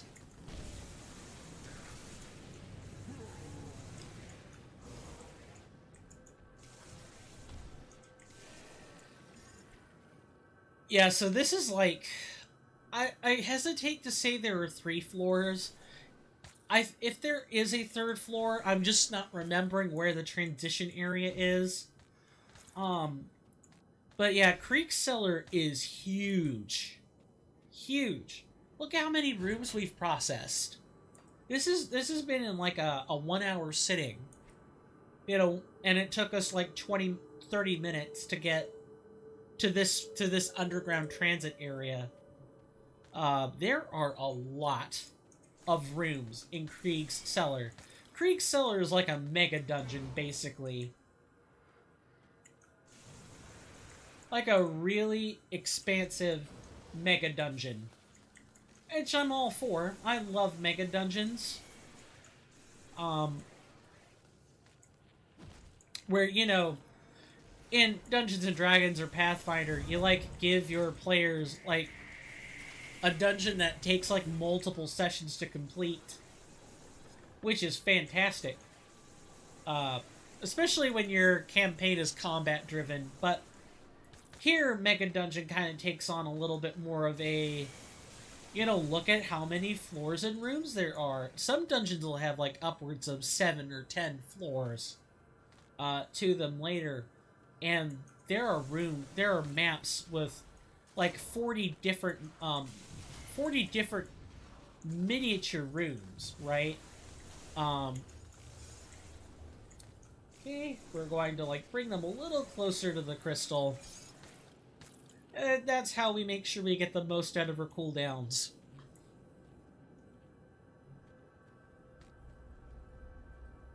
Yeah, the cellar is just a huge place, and I'm here for it. Me as a gamer, as a entertainer, I'm here. I'm all here for it. And you learn right away that you're going to be railroaded into taking different paths. Absolutely. And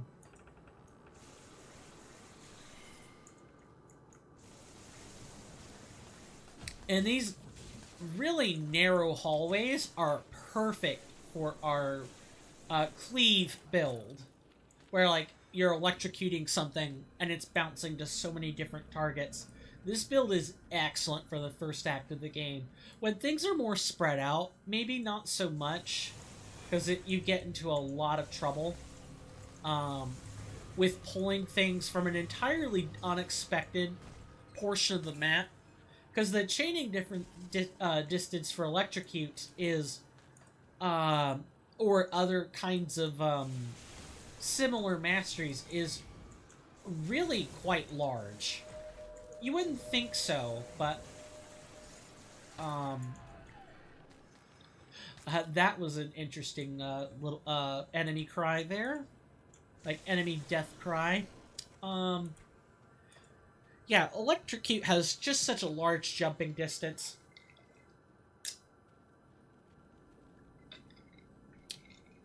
That it's really not good for pulling groups in large areas. The fire skills that we'll be getting later will help us with this, as they tend to be in a much smaller area to start with, and they don't jump around bunches. They don't jump around a whole bunch. There's no, you know, jumping pyroclasm or anything crazy like that. You pick the area, and the area of effect happens, and it's beautiful. Or the lines are usually well more defined. Lightning spells or abilities in this game tend to take on more of a strike a target than hit a number of other targets. It's not always the case. Sometimes they're orbs or lines, but generally, lightning magic is a lot more unpredictable in Grim Dawn. A lot more unpredictable. And it's usually bundled in with cold damage together, or physical damage, or chaos damage. Of course, Dawn of Masteries has really opened it up to a lot more, but in regular Grim Dawn, that's usually what you expect to see lightning damage with. Or, you know, it's part of the elemental damage package, where it's cold, lightning, and fire all together at once. And, you know, elemental damage is checking for all 3 resistances all at once. Great and terrible at all at the exact same time. So, a separate question I can ask, and this is just to help with engagement. You know, I don't necessarily want answers, although answers are always nice. You know, what's your favorite way to play these hack and slash games like this? Or these, okay, we need to teleport and get the heck out of there.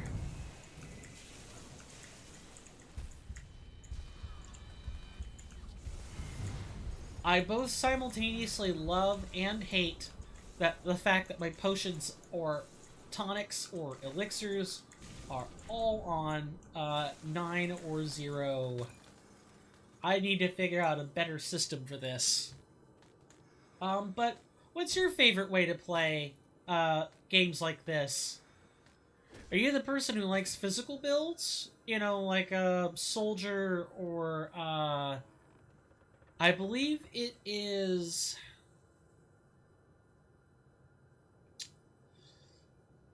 Is it an Oath Warden?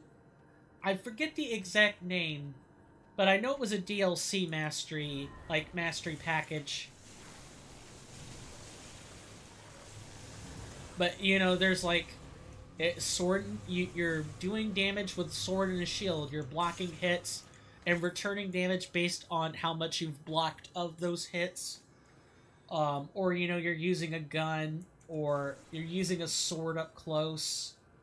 Or are you like a ranger? Do you like to play with bows and stuff? I think the mastery I think of is probably... Is it the Demolitionist? It's the Demolitionist / Inquisitor are the ranged ones I think of. Or you like a caster? Do you like magic? Your occultists, your arcanists. You like those sorts of skill sets. I am very much a magic junkie. Also, let me just make sure I'm not missing out on, like, the passageway, and I think I've more or less got it covered. Okay, so I guess this is floor 2, and it's just split into 3 broad areas.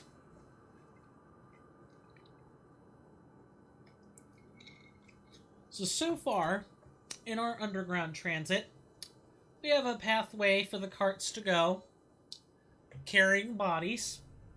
Perhaps some are still alive. Then we have the storage rooms, or like the abandoned storerooms up here. And some more abandoned storerooms down here. And then we get into the really horrifying portion of Krieg's cellar. That's right. There's a laboratory here. I think I pretty much confirmed it with my own statements from earlier, but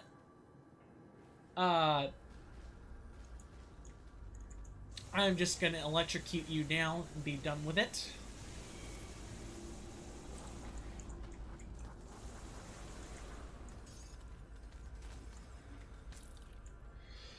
But, yeah, this is the laboratory. The fact that nobody knew where the bodies were going, yeah, this is where they were going. And we weren't the only ones to have done it either. Looks like Krieg was a couple steps ahead of us. We're gonna sort this. And it looks like it's on page 2 anyway. Krieg has gotten the better of me, and I am presently at his mercy, imprisoned beneath his manor. Seeing no other way to progress my investigation, I forced my way into the locked portion of the manor and found myself in a veritable house of horrors. The unusual sorcery on the locks should have been my first clue that I was dealing with something more extraordinary than some rogue occultist. My search led me through a room filled with the rotting bodies of men and women subjected to brutal torture or horrible experimentation, or perhaps some mix of the two. Behind the manor, I found a door leading down into the earth beneath the estate, where I found myself quickly lost in an implausibly large dungeon. It wasn't long before I sensed things moving in the darkness all around me, and they quickly closed in, surrounding me. As I prepared to fight for all I was worth, Krieg's massive form emerged from the shadows, his face expressionless. He spoke coolly, as though nothing at all was out of the ordinary, and invited me to tour his facility. While I had no doubt that something unpleasant was planned for me, it at the least delayed my confrontation with the living horrors gathered in the dark. Entry 6. I've lingered in this dank cell for one long unsettling day and a night of terrors. Krieg allowed me to witness the process by which they are preserving human bodies for what he calls the glorious dawn. I've gotten glimmerings of another consciousness within Krieg, which is joined with or possibly in control of him. From the way he spoke, it is clear that this is only some small part of a much greater conspiracy, and I suspect many other persons in key positions have been possessed by things akin to that which now inhabits Krieg. I was arrogant in my initial handling of Krieg and seriously misjudged the power and scale of the threat we are faced with. Fortunately, Krieg's own arrogance has likewise led him to misjudge the resourcefulness of his prisoner. He has invited me to ascend beyond humanity by pledging myself to his cause, or to join his inventory of embalmed corpses.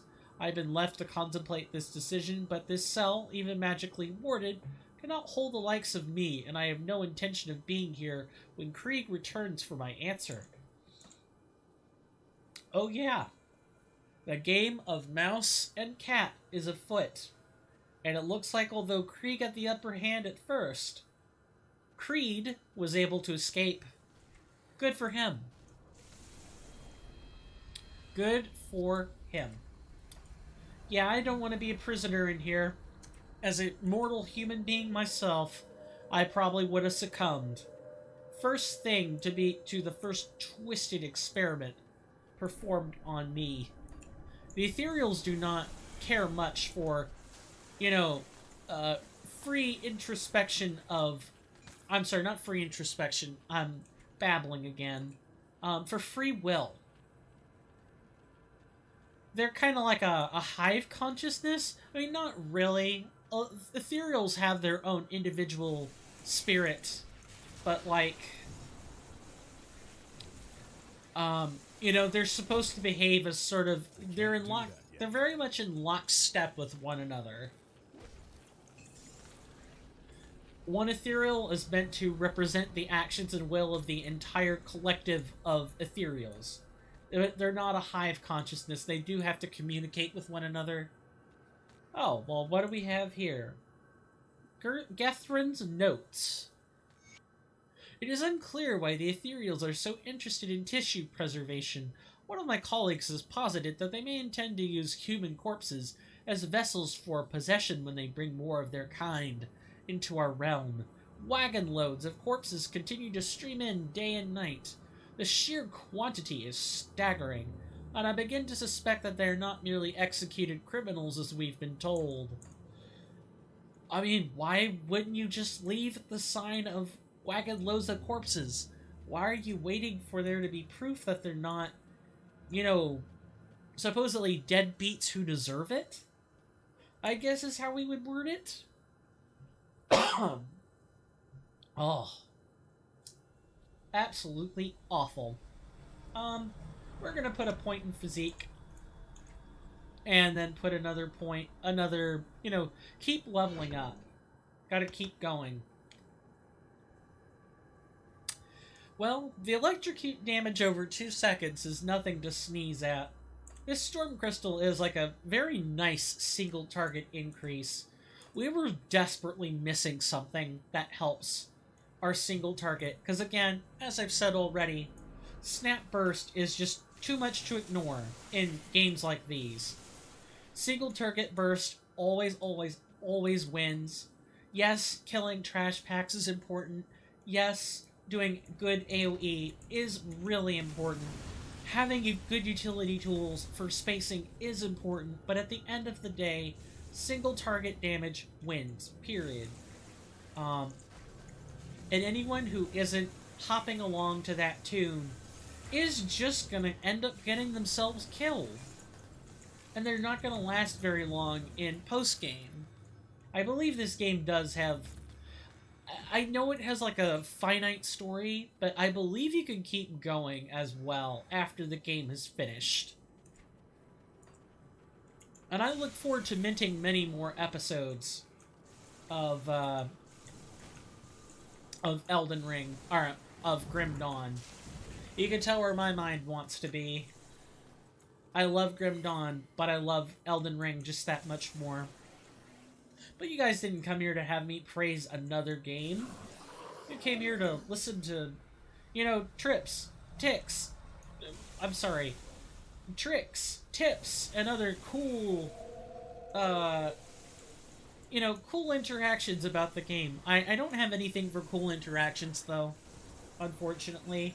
I'd have to delve into the game's code, or, read all of the excerpts from the Crate Entertainment forums to figure out what exactly this mod does so differently from so many other mods. We have the 2 entries of Gethrund all ready. They are all ready for us. Here's the second one. We entered stage 2 of our trials today, but the results were not what I anticipated.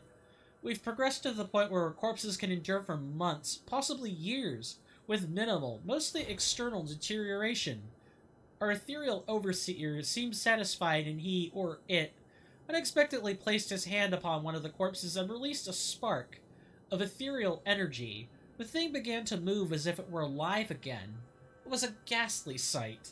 What I found far more troubling, though, is that these corpses are clearly not meant to serve as ethereal hosts. It has become known to me that they prefer living hosts. The sheer number of corpses they are hauling through here suggests a far worse realization. An army. This will be my last entry, as I have determined to end my life. I cannot bring myself to carry out these abominable experiments any longer. I may have already doomed humanity with my actions. Though I have long felt shunned by my fellows at the Academy and thought the Ethereals could offer me something greater, I can no longer be a part of this. I fear that if they find my body, they will use me for their experimentations, so I must be discreet. Returning as one of those things would be unbearable. Well, your first mistake was writing a journal entry, friend. Your second mistake was turning your back on the Ethereals. Your third mistake was thinking. The Ethereals probably have ways to detect brainwaves, and can kind of smell a corpse from just about anywhere, and probably traced your corpse. I'm just gonna say it. They've probably traced you from the beginning. Planted a bug, or bugged you in some other way you don't realize. If you played your part, you would have been fine, but instead, you developed a conscience. Good for you. You're dead. You're very dead. And, I can't do that yet. your enemy, the people that you feared, will hold no sympathy for you.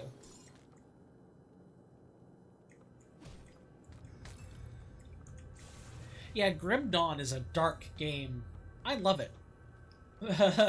If you couldn't tell. It is a dark game. And I look forward to showing off more and more of its story to you as time progresses. It is a fun game. But if you're not ready for the level of darkness that can be in some of these, like, entries, oh boy, you probably shouldn't be playing this. Well, you know what? That's okay, YouTube fam. I'm playing this so that you don't have to. If you don't want to. All you have to do is bear with me. Listen to me. Listen to what I'm saying. Listen to me read the dialogue. Come up with very awful voices for it. Or, you know, keep me muted. Your choice. You know, or have me haunt your screens. That's all you have to do, in exchange for not having to play something you're not interested in. It's just, and it looks like it's gonna crash. It's gonna crash. I can tell because it's paused. We'll have to dial back down the, grimace settings. Because it just crashed. There's no way it doesn't. There's no way it didn't. Yep. It crashed.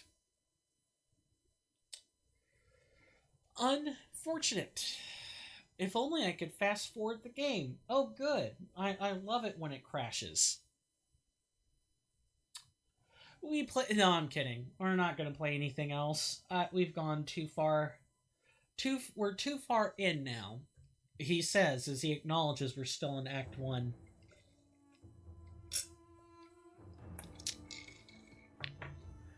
Look, the reality is that if you're playing with mods and they're patched behind, the game's going to be unstable. There's just nothing you can do about it. Don't worry, I'll try to speedrun the preview. Actually, we don't even need to do that.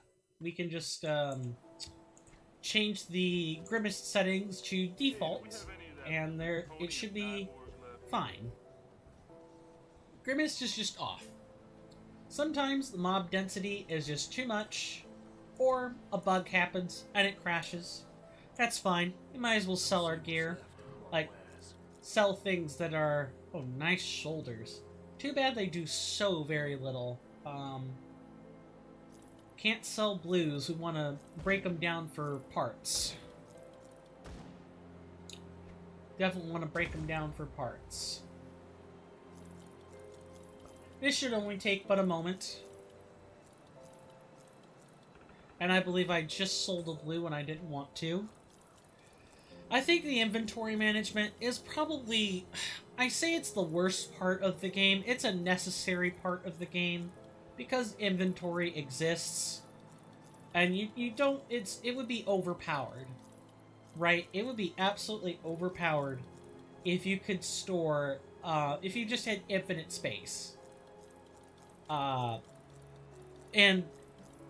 Dawn of Masteries has done a lot to alleviate this. You have excessive amounts of room for collectibles. There is nothing that you should want for in terms of inventory, and especially with the loot filters, you really don't have to go. You don't really have to do all that much. You're not gaining a whole bunch of useless inventory. But you still do eventually have to sell things. We've probably killed scores of enemies. Absolute scores of enemies.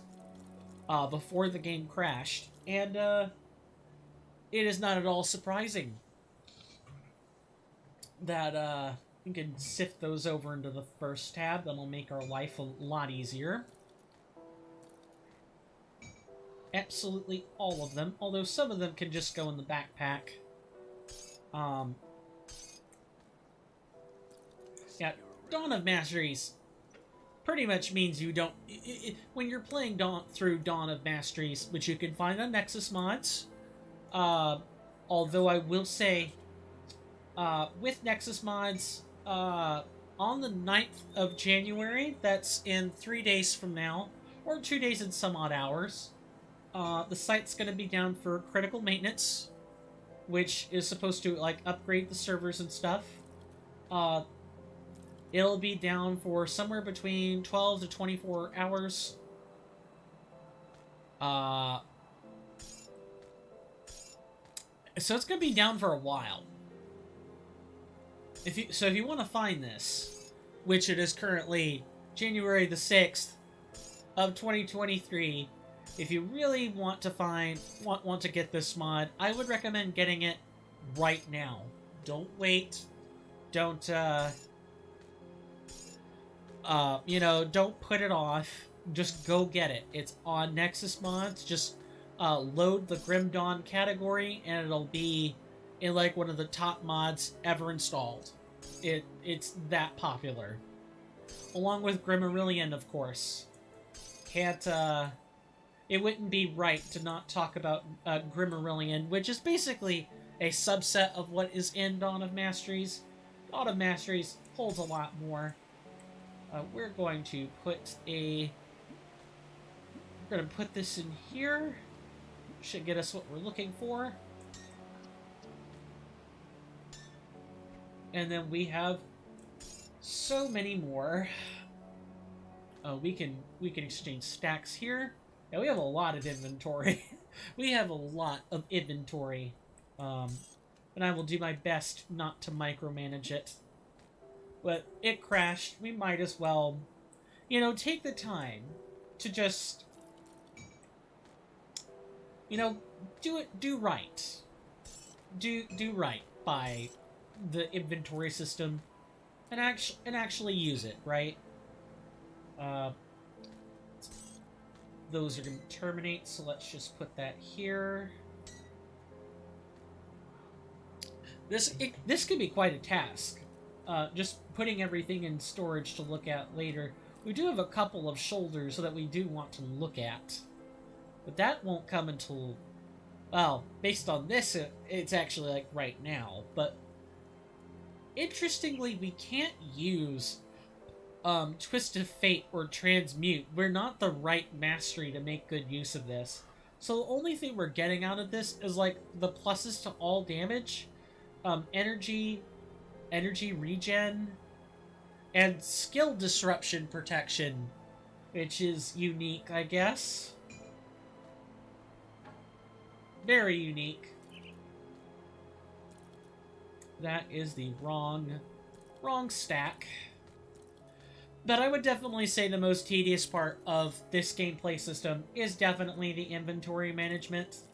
If you spend even an iota of time doing this, you are going to end up... I didn't see a stack, so yeah.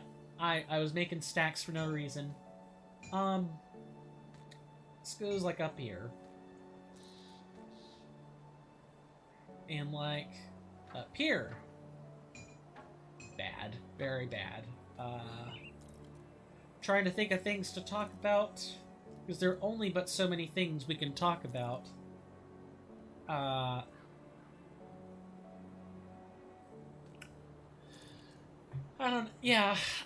just think the inventory system is probably the most tedious part of all of this, just because you still have to take time to do it, and the more you wait on it, because inevitably you are going to wait on an inventory system like this, because it's just efficient to do that, to wait until you are back at camp for like a really long sit-in, and sell your stuff then, manage it then. With any kind of heightened mob density, you're going to end up with a lot more gear than you bargained for. Heck, just that simple, like, 2-hour session that we did has us swimming in iron. The only thing that we have to be careful about is the dynamite. Buying that stuff can be quite problematic. In fact, why don't we take this moment to kind of break down some stuff on camera. Just kind of let the game breathe for a minute. And we can kind of go over some of our more specific finds. Anything that we can equip, really. I know, I went through this effort of putting them back, of putting them in here. You know what? We're not gonna do that. Because I've already wasted enough time doing that. We'll handle it eventually. But I might break that down off camera. And speaking of which, I'll make sure I grind iron bits off camera as well. I promise nothing, by the way. Because, a lot of the... hate this. At the very least, all we have to do is enter the laboratory rift. And we don't have to fill out the map again. We just lose whatever progress we made beforehand. Well, there's no sense in speedrunning. There's no sense in speedrunning this particular portion of it because it was such a fresh loss. And on top of that, really the only thing we lose is... We don't even lose the journal entries as far as I understand. Yeah, we still have Gethrin's notes. Hopefully we don't find Gethrin himself. I shudder to think that the Ethereals will probably have done with him if we find him, but, you know, the only thing constant in Grim Dawn is suffering, death, and misery. You know, like a George R.R. Martin book. Also, nothing but death, misery, destruction, and just great personal undoing. We will probably find Gethrin in here, and if I'm guessing, it's probably somewhere near this final entry of his. As someone would have found him. He probably had a superior that was tracking his every movement. It just seems likely. Like, if we piece the logic together, and we know the game's pattern of, you know, not giving 2 iotas of interest in keeping things light, then it's probably reasonable to assume we'll find Gethrin somewhere. Whether that be in a closet or in, God forbid, you know, another section of this lab. Probably in another section of this lab, if I have to guess.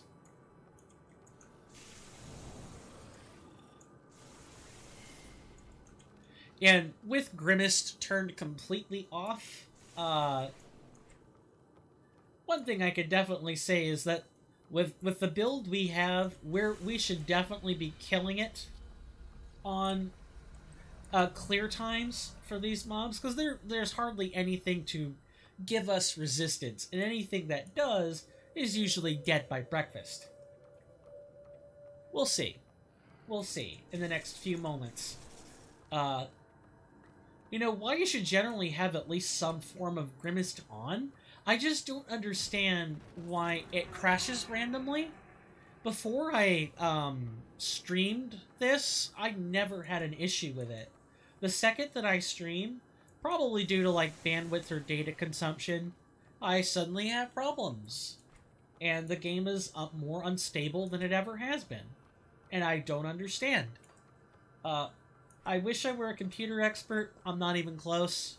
I'm lucky to be, you know, signed up for a computer science minor, in which I've definitely learned some things about how computers work, but only in the most basic sense. Like what kind of data is typically preferable for a computer to store. What sorts of things might cause a program to suddenly stop compiling, or never get to the compiling step in the first place? Not compiling, I'm sorry.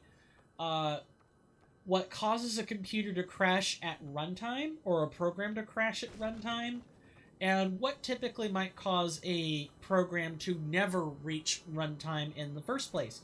Runtime is just a fancy way of saying the program is currently active or it's not. If it's running code, it is at runtime. If not, it is not at runtime. It's fairly simple. It's straightforward. But at least when you use the basic definition anyway.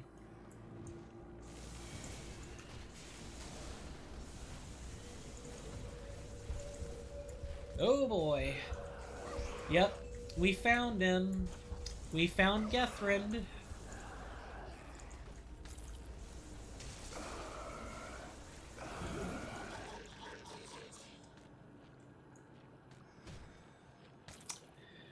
What can I say? When you're right, you're right.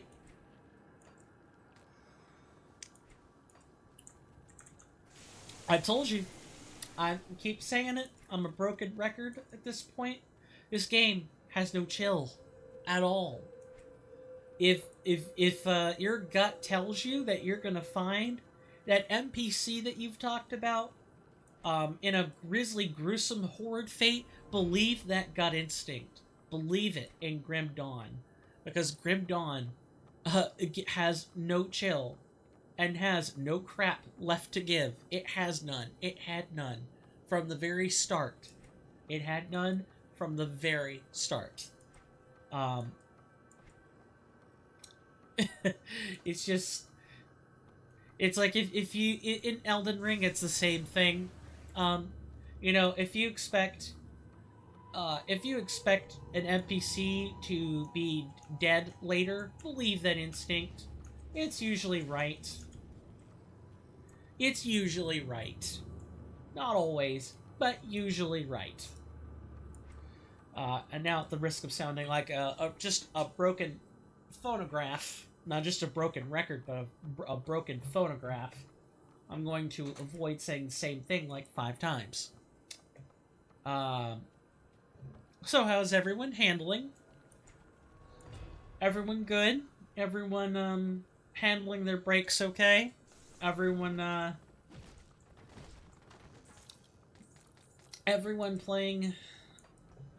playing or accomplishing, I'm sorry, playing a game well if they're playing alongside me or playing a different game while I'm also playing one and talking, or, you know, are people accomplishing the things they need or want to accomplish at work? I hope so. It sucks when you're productive and all you have to show for your time spent being productive is just wasted time. That's like a really big feel bad. And I really do sympathize with anyone who has had to deal with, like, wasted time a lot.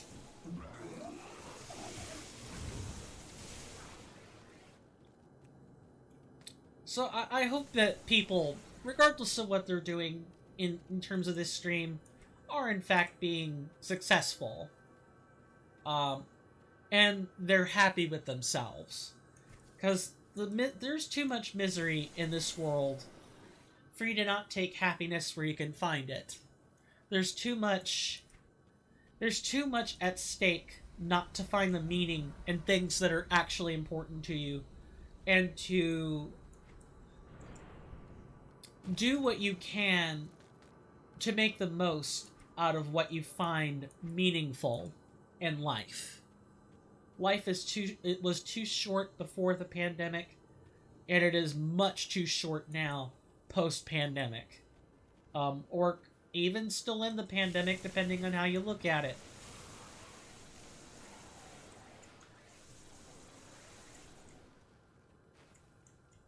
Life is much too short not to find happiness in it.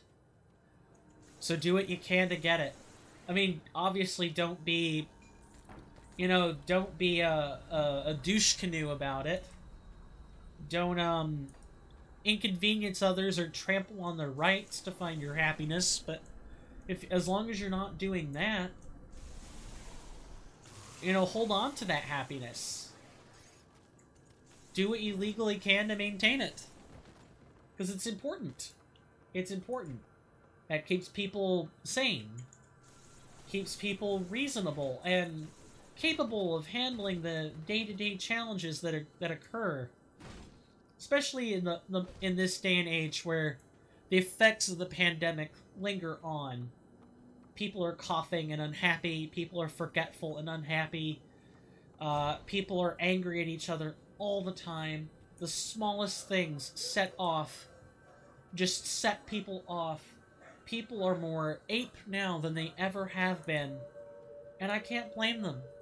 I can't blame them. Because the world is miserable. Or at least it can be. You gotta find ways to see the silver lining in things. And not just say, well, it sucks all the time. It's good to be real. Real with yourself and real to other people. It's good to acknowledge that sometimes things are just horrible. There's nothing you can say that would make it better. You just gotta accept that it's horrible. But you don't want to be a defeatist at the exact same time. It's important that you find the silver lining. That you find ways to carry on, to persist. Kind of like how people in Cairn are doing. Like, yeah, reality sucks. You know? You got ethereals trying to take over your body and mind. Raising an army of the undead in order to do just that. To take a world that they believe was stolen from them. Or creatures from a different dimension who would like nothing more than to see chaos and destruction envelop us. Or other human beings who've signed along by the promises offered by either faction, either of the groups of people I've mentioned earlier, and make matters lining. You still have to existence feel worth, and not just exist, but truly live. Gotta find a way to live. It's the whole Italian sentiment of living to eat, not eating to live, right? You find meaning in the small things in life. You don't use the small things in order to simply exist in life. That sort of mentality.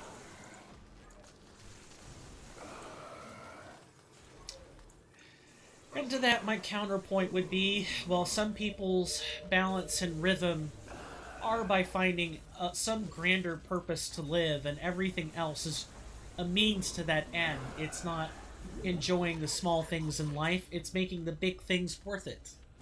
Everyone has their own biorhythm, has their own psychological rhythm. Everyone has their own... How do I word this? Everyone has to find their own purpose for living.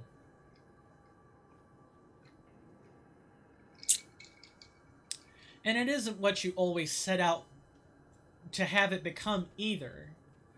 I want to be a scientist. I'm specifically looking to be in biodefense research and development.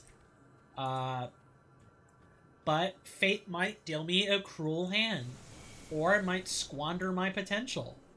And I'm left picking up the pieces of what I'm trying to do and say, okay, well, what do I do in order to live life reasonably, even with all this debt I'm accruing, even with all this knowledge that has no value to anyone else except myself, and the few people that have been maligned on this earth who think the same way I do, or want to be in the field for similar reasons to myself. Well, what else do you do to be happy? What else do you do to be content? What else do you do to find meaning?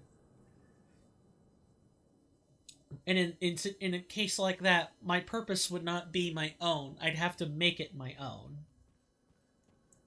So, I've ambled on, and really, we have not found the other guy, the superior. His name is Zanbrandt. Zanbrandt.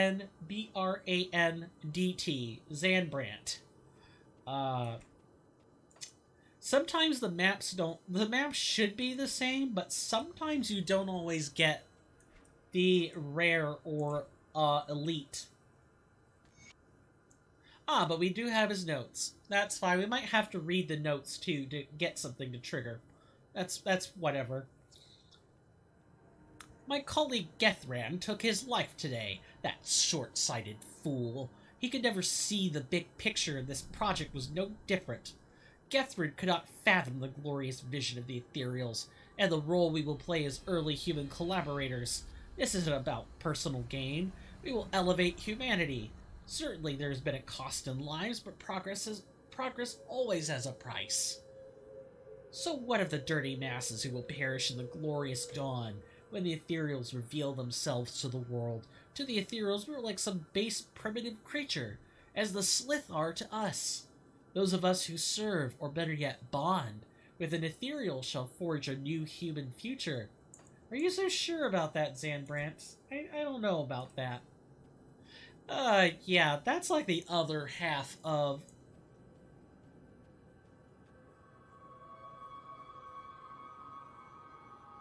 What is Stream Elements doing? Stream Elements did something funny. Let me refresh that chat.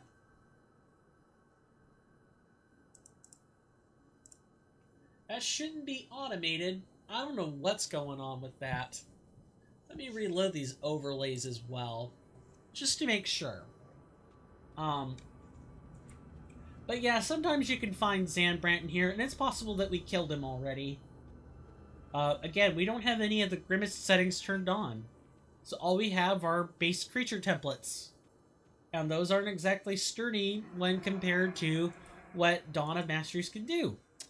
So, we have made it through the underground jail. Just the last section of Krieg's basement. So what's left is Krieg himself. And Krieg will battle kind of like how you expect it to. Krieg hits like a freight truck. Or freight train, excuse me. He hits hard. But we have the tools to space him out. We can teleport around. We can move around. We can place storm crystals, and they can do the work for us. So that we don't have to. That's pretty much it. Krieg isn't too remarkable in what he does. He does have two phases, like a human form and a less human form, but they really kind of blend together rather seamlessly. You'll see what I mean when we, open these doors. And then after that, I'm going to take a small break where I put on a nasal strip because, oh my god, do I feel stuffy. And then we'll continue from there. And I don't typically talk during boss fights, so I will see you on the other side of all this.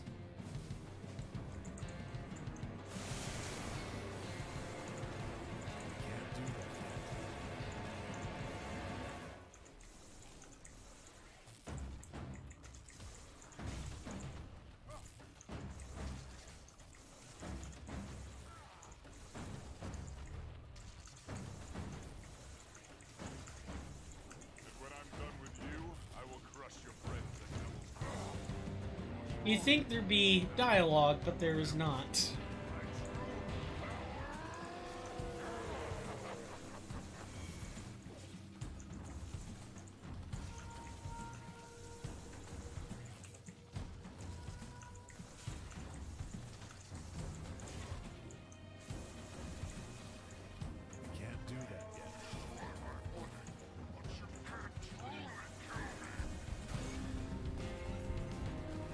I may not be able to kill you, but I could send you back to hell where you belong.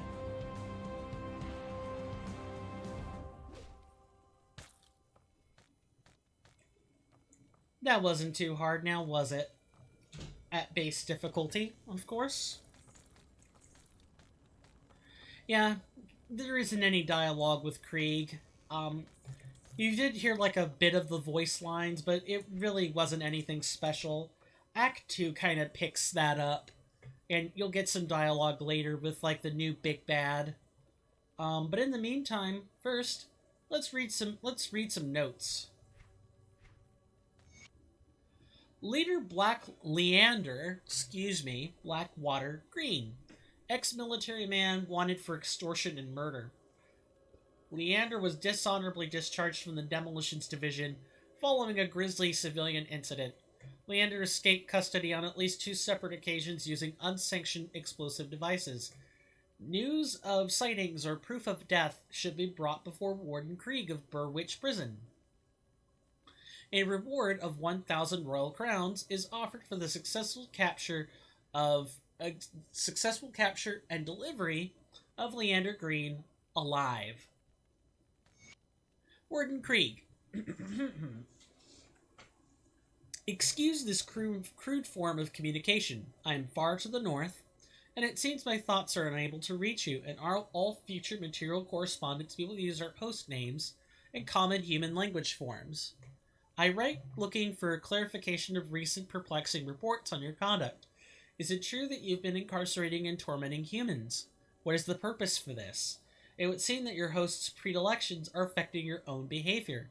You must bring this under control and cease this superfluous activity. Your role is to facilitate our laboratories with the collection of corpses. Limit yourself to the parameters of this task, or you will be recalled. Well, it seems the Ethereals were trying to play an even longer game than what this particular Ethereal could afford. Yeah. We don't have anywhere else we can go. We need to turn back to Devil's Crossing. That concludes Act 1. Act 2 will be opening up just shortly. And in Act 2, things are going to get more interesting, shall we say. Good use. Very interesting. And I would say the Act 2 and Act 3 are going to look kind of samey for a while. Similar settings, similar, how do I put this? Similar landscape features. So it might not look like we're actually playing a real cohesive game, but I promise that we are. You just have to follow along as best you can. Is the Warden dead? I tracked him down and took his life. The Warden's defeat is a great victory for us, nay, for all of humankind. But there are many more Ethereals out there, some much more powerful than Krieg. Perhaps more disturbing, though, there are those of our own kind who would see us dead to take what little we have, or just for the pleasure of killing. Among the innocent who passed through this prison on their way to Krieg's lab were many violent criminals, murderers, and worse. Many of them escaped to the northwest after the Grim Dawn, forming into ruthless gangs who prey upon drifters still traveling the roads. Since a river separates us and them, they have not been a problem thus far. Except we need farmers to get back to the business of growing food before we all starve to death. The farmland that supplied this region is to the northwest, and we need to secure a hold there. Mornay recently returned from Old Arkovia to the northwest and can give you details on the outlaw situation and what needs to be done. I realize that you have been through much in recent days, but we cannot rest just yet. That's fine, good sir. No rest. No rest for the righteous, no rest for the wicked. Either way, there's no rest for anyone. Well, we have some questions. How was Mornay able to explore Old Arkovia exactly? The bridge was destroyed after his trek north. We thought he had died out there, but it seems it takes more than bandits and ravenous beasts to bring down old Mornay. That is the only name that he has. What will happen to Burrwitch now? I imagine that in time we will reclaim it for humanity. The area is still overrun with the dead, though, so we'll have to move carefully. How long do you think we can hold out here if I don't do anything else? With the supplies that we've got, I suspect we will last at least a couple months on strict rations. The prison itself is a solid defensible position with plenty of space to provide shelter for our people. I would not plan on leaving here unless we absolutely had to. That all may change, though, when our food supplies start running out. Now that the Warden lies dead, what is our next step? The Warden's defeat is a great victory for us, nay, for all of humankind. Ah, okay. So, yep, this is pretty much... That talking to Mornay is going to start Act 2. So before that, before we enter our new act, we are... Will this actually increase our offensive ability? No, not at all. We need to continually make sure our offensive ability is upgrading along with us. And then, as for our stats, we're going to keep going. Now we're going to actually kind of park it with this level of mastery and work on our skills. Because Tether is especially useful. Very useful. Alright, before starting Act 2, we're going to take a break. I need to, recomb my hair for a start. No, that's not good enough to take a break. But I need to stretch, make sure I get the... any clots in portions of my veins to different spots in my veins. Need to make sure that I don't make my brain fog worse than what it already is. Which, being sedentary, totally does. And, I need to check in with some folks. So we're going to take 5 minutes, maybe 8 minutes. I would highly advise you get up, stretch your legs, grab a cup of coffee, or, whatever fits your fancy. And I will be back after this break.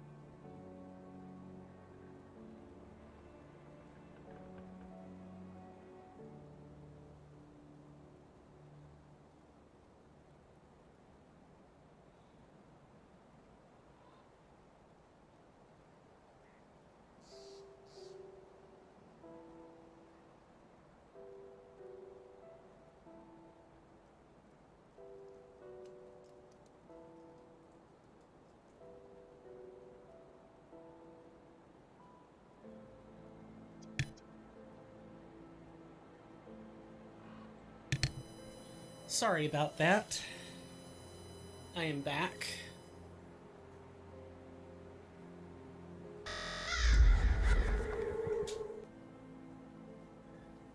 So, I apologize for the break. I ended up having to have a talk with one of the other people I live with. Just make sure our planning for this evening goes well enough.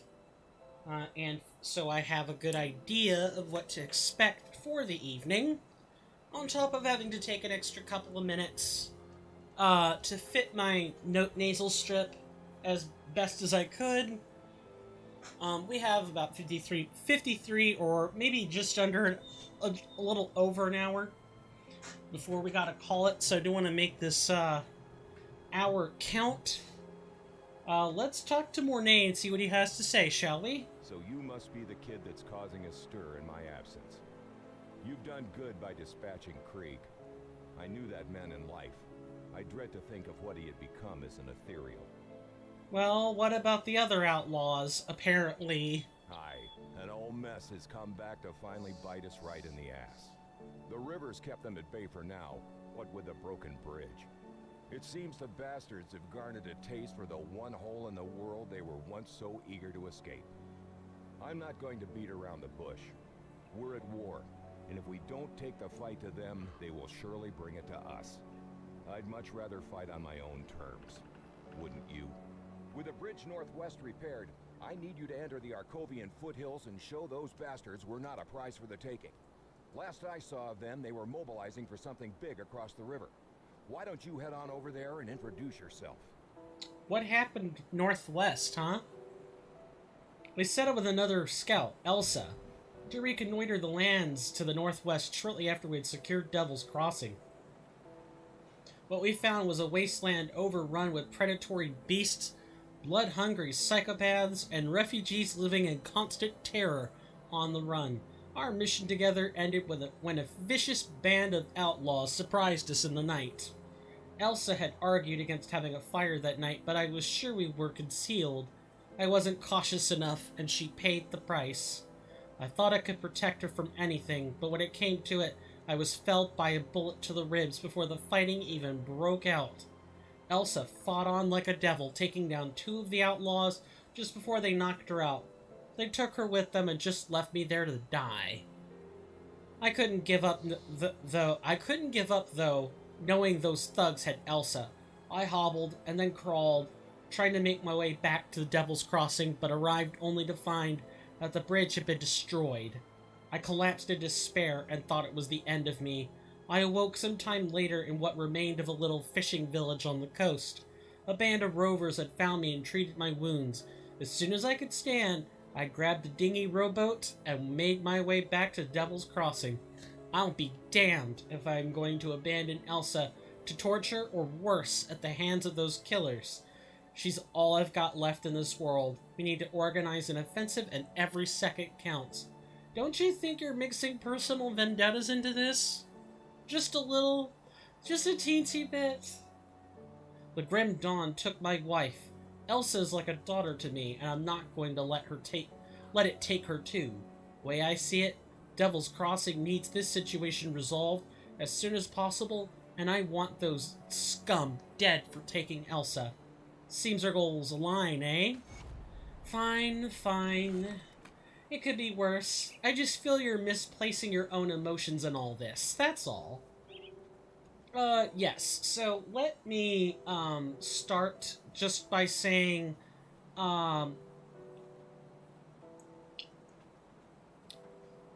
if you hadn't done this like we did during our playthrough, during the first 1 or 2 episodes of this LP, just made a nice blood slurry. You would have had to go talk to Barnabas and get this bridge repaired. You would have had to talk to him, get the materials, come over to the bridge, repair it, talk to him again, and then go back and finally talk to Mornay again, who would then tell you to go kill Doyle. So, you saved yourself a lot of work. Thanks for all your help. Even if that drink ain't what? Thanks for all your help. Ain't a finger of whiskey. Gotcha. Yeah, so just repairing the bridge at the beginning of the game takes out a lot of extra, needless, unnecessary traveling, and it makes our lives much easier. Now, before we continue onward, we do need to consult our gear. We have a lot of rares, some of which are useful to us, some of which are not. And we're wearing a couple of greens. We need to change this. So, because it's only going to get worse. Granted, some of our greens are very useful. Super useful, in fact. But, and in fact, we don't have anything to replace our amulet or our metal, but that's fine. We can craft those later. What we do need to do is take out any shoulder pieces. Luckily, just typing a few words does the trick, and we need to go over these before continuing, although we can quite safely ignore these two. We just need the ones we can equip. That's it. If you're going for a more physical build, or like a close quarters build, obviously you'd want a lot more physique in order to wear these pieces. So our 3 shoulders are, we have an instant put back, because the Blue Cloud Mantle doesn't offer anything in return for us. And then the other 2 are more useful to look at. This one offers a bonus to a skill we don't use. Okay, we can kind of ignore it. We have Elemental Burn. Burn is the fire damage over time. Frostburn is the cold damage over time, and Electrocute is the lightning damage over time. Having that damage bumped up is good. We do lose energy absorbed from enemy spells. That could be useful, but it's hard to trace that effect. So anytime you can get other bonuses like energy regen increased by a percentage. That's usually a pretty hot item. The other one is Storm Scorched Shoulder Guards, which gives us a skill when we're hit that activates when we're hit, which can be often. Let's see, this one is 127, this one is 200, yet obviously these are armors of a different level that require more physique to wear. One is just straight up better for defense, the other is straight up better for offense. I think I know what I'm shooting for, and it's going to be the Astral Mantle. We, of course, are going to shift that illusion back to another set of shoulders, but for a price, you say. Actually, well, don't know. I'm feeling blue, abadi abadai, is what I've got to say about that. Felt something on my face. Sorry that people saw that. I don't know. I don't feel like a heavy, which is what these shoulder guards are. I'm thinking...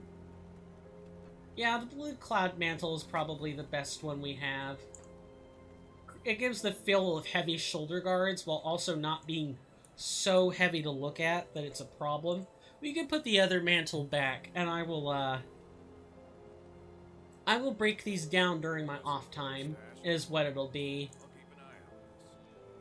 And those resources can be used on making better gear. We are actually level 30, so before we continue, I know we're doing a whole bunch of crafting for very little purpose, right?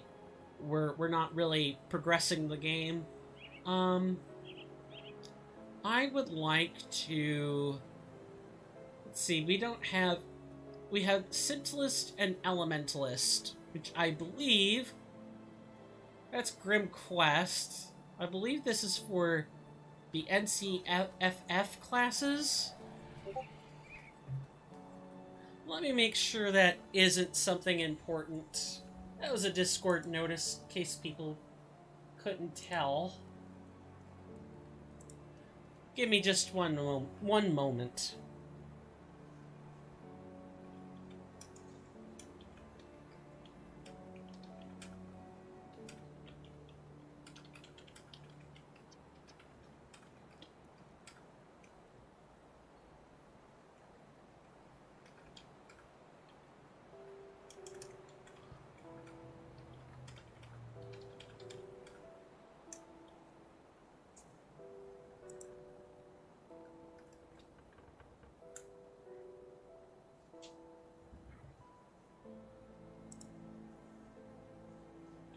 Alright, sorry about that. I'm having to make travel arrangements for tomorrow, so I definitely wanted to make sure I didn't just ignore that, and I'm glad I didn't. If you carpool, folks, always make sure you have your travel arrangements made, or else you're gonna just end up in the dust and kind of alone. Let's see, we do have a mace. Electrocute with increased duration to... Oh, wow. And I think I just kind of spazzed in my own head what I was going to say.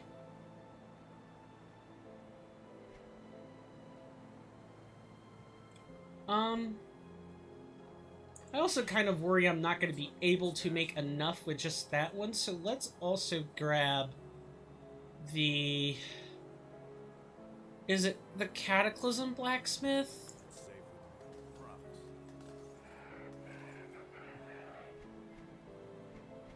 Well, we are getting our relics through there, which I believe we already got our relic from here. No, we didn't. We could still grab relics from here. This is level 35. And this is like level 25. Okay. That's good. So out of these we have Lodestone, Seal of Storms, and Tempest Insignia. Interesting. Very interesting. So Lodestone, just to kind of start with, is an active skill. Well, it's like an aura, basically, but it's a toggleable aura with an energy cost per second that's somewhat defensive? Somewhat. But this isn't the kind of thing I'd really want to be wearing, seeing as how Fervor just, in fact, helps us out a lot more. We have Seal of Storms, which does a lot more of what we want. I don't think we have any what am I trying to say? I don't think that the Paragon Electrocute and this one are the same. So even though it says, like... No, I'm thinking of something else. Electrocute, and of course, Electrocute are different. Lightning Arc. Yeah, that's... These are interesting, but I think we were using, a different blacksmith or we were using like the NCFF blacksmith for, nope, not even that. Not even that. Let's filter out by damage type. No, it wasn't this one. Was it, GrimQuest? Oh, geez, I'm really having to try to remember now.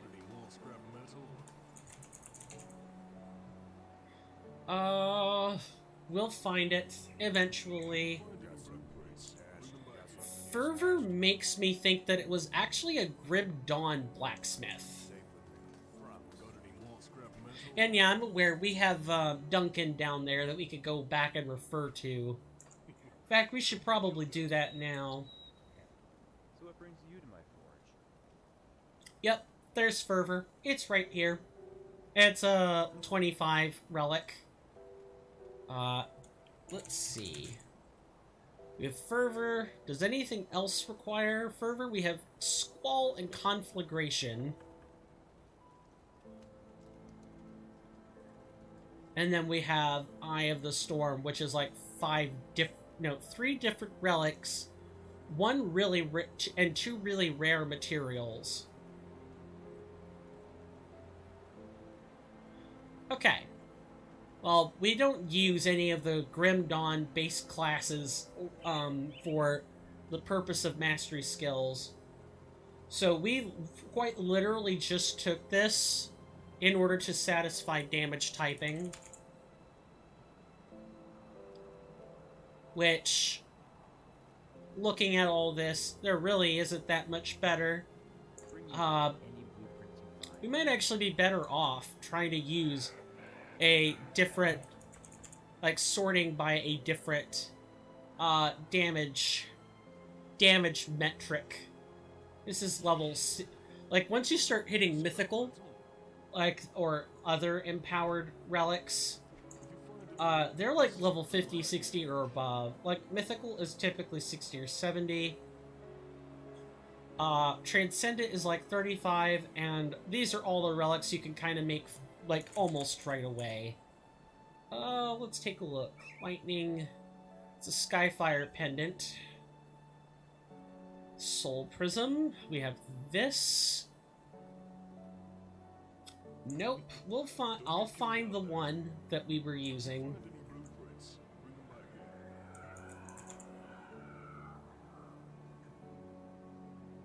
There's gonna be a blacksmith. That definitely reinforces our own playstyle, right? I would actually be pretty surprised if we found a set of gear that did. We're more likely to find,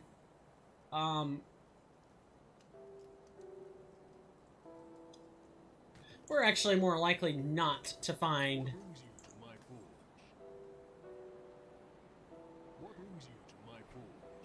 Yeah, we're more likely not to find this, actually. Oh, and I got out 2 copies of the epic tokens, but not the blacksmith. No, they're all labeled as blacksmiths. Never mind.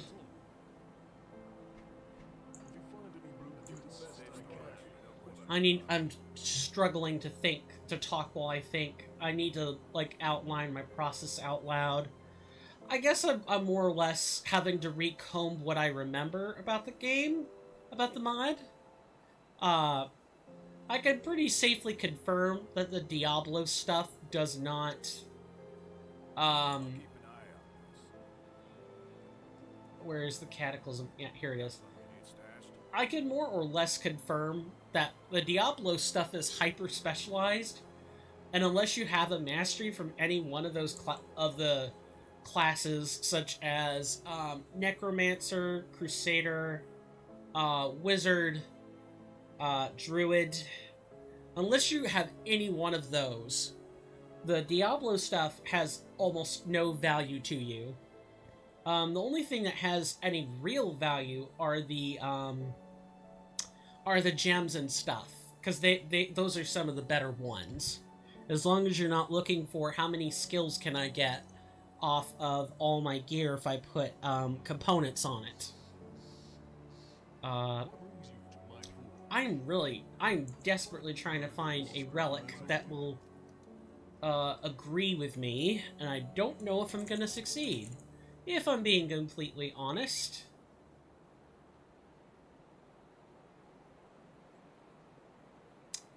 It sounds like I'm probably not. Like, at all. Which I guess is fine. Elemental damage. Nope. Nope. Fervor is like the best one I have. And that is just a straight up Grim Dawn special. If I find one on fire, then yeah. So far this is what we got. This is what we have. And Fervor is already pretty good. We just need to find like a better copy of it. That's all. And I believe for that we need to like I need to actually progress the base game is what it is.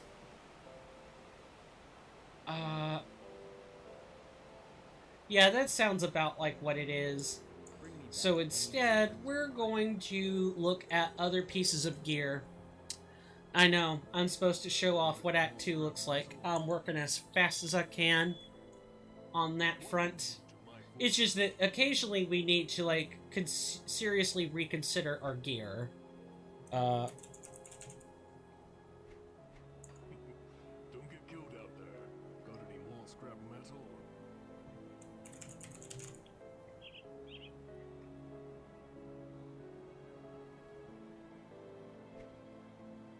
Okay, so, looking at our staves, or maces, we really have a litany of things we can choose from. What brings you to my We already have a copy of this, so it would be this one.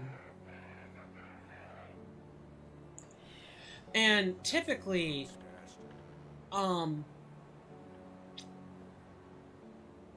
as long as you find like an epic blacksmith, or you find, you know, the appropriate blacksmith, you should be good to go. You mainly want ones that will take in tokens, in order to give you something good. That is mainly what you're looking for. As we can see, NCFF does not really have great choices for us. Mostly what we have are random pieces of gear that just so happen to work out well. got any more scrap metal? So I think the Grim Quest, yeah, the Grim Quest items are going to be the best things to use. I just need to find one that actually works. One that meshes well We mainly want lightning damage, but elemental damage also works well. And we might actually prefer it later. Especially as we get more and more fire skills. Although it doesn't look like we're headed that way right now, does it? No, surely not. We also need to find one with an appropriate level on it. 15, 25... 25, and this is level 22. Okay. And then we have the two-handed stuff.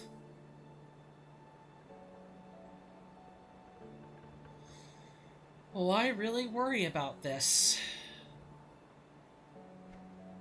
I could spend hours here, by the way.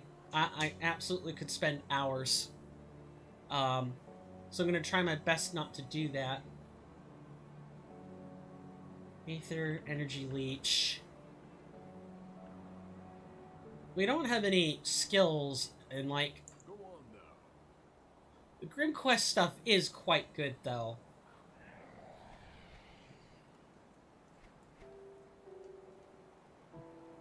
Epic Cataclysm item, legend, and making legendary tokens. Yeah, you can make legendary tokens, which can be good if we've got the right setup for it.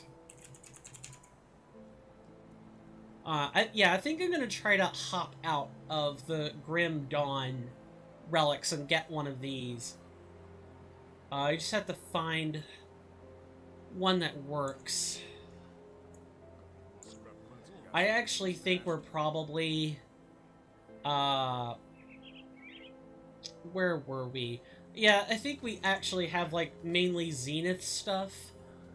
Like, both of these specs are for Zeniths.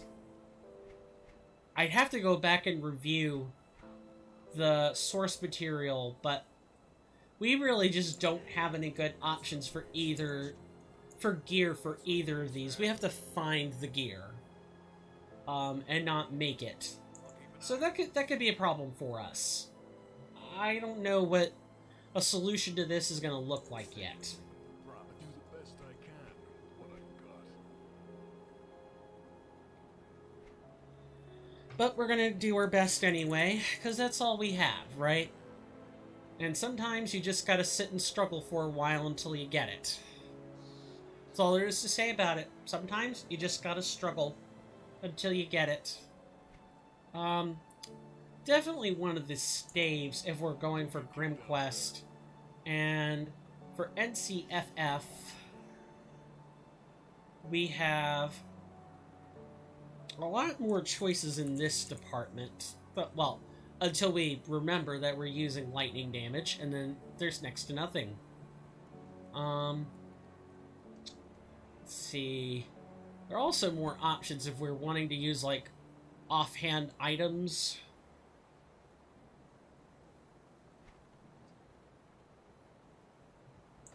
I guess let's just start with Grim Quest and go from there.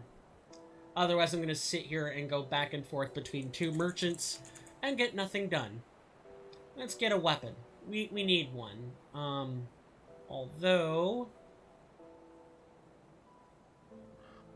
yeah, there are level 35 pieces of gear in here. Sure enough. Could be a problem. Could definitely be a problem.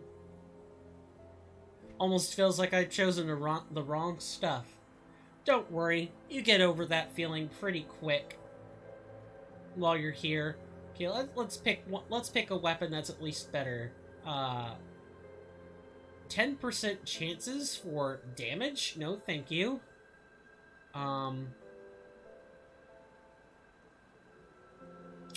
What? Elemental damage converted to elemental damage? That just seems wrong. This feels like a bug. Okay, let's find the other 25 staff.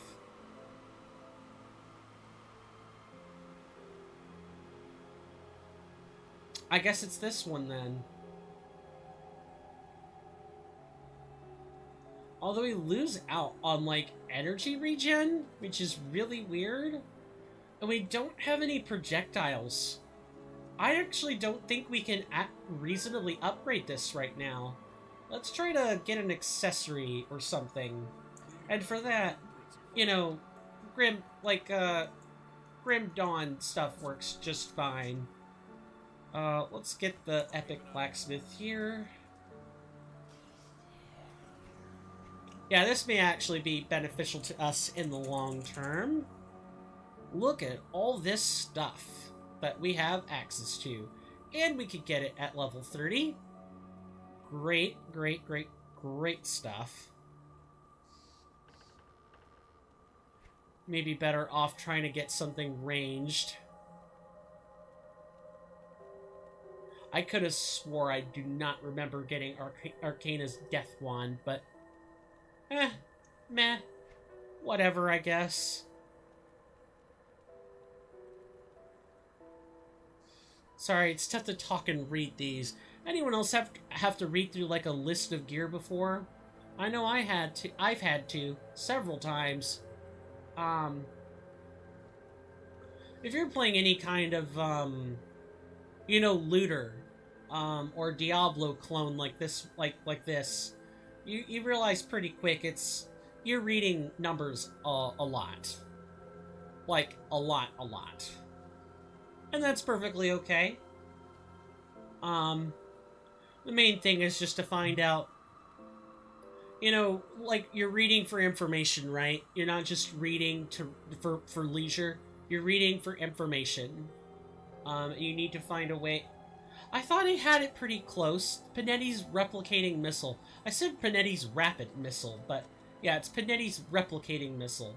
I kept really striving to try to connect the dots on this.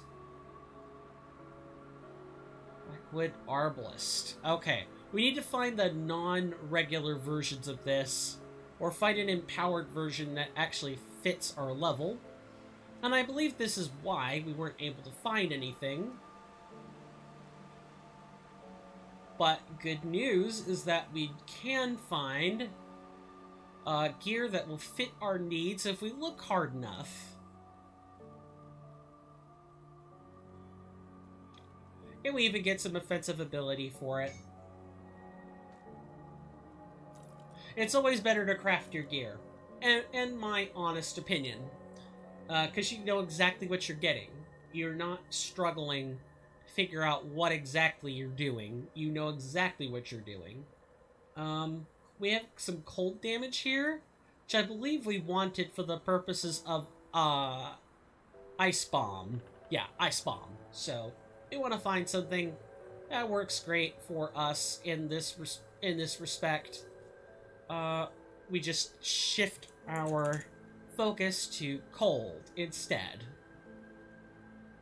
Go from there. A lot of cold damage, I believe, is, if it's not Arcanist, I think Nightblade also does some. Don't quote me on that. Definitely look it up for yourself. But, or maybe it's physical. Maybe Arcanist is, like, really known for cold damage, because a lot of the spells that it uses have cold and lightning just kind of put together. Works great. Just gotta find the right secondary mastery to make good use of it. Shaman's one. Inquisitor is another. Even something like Demolitionist would actually be kind of useful for that build if you know where you're taking it. Although Demolitionist likes fire a lot, so you typically don't take like an opposing damage type unless you're trying to hit a bunch of weaknesses all at once in the same build. But typically in these kinds of games, you almost want to hyper-focus. You don't want to spend a whole bunch of time, you know, spreading yourself out. Alright, now we've got the correct...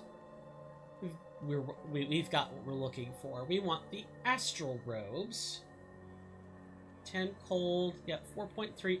The energy. Oh, okay, it does have better energy. This works.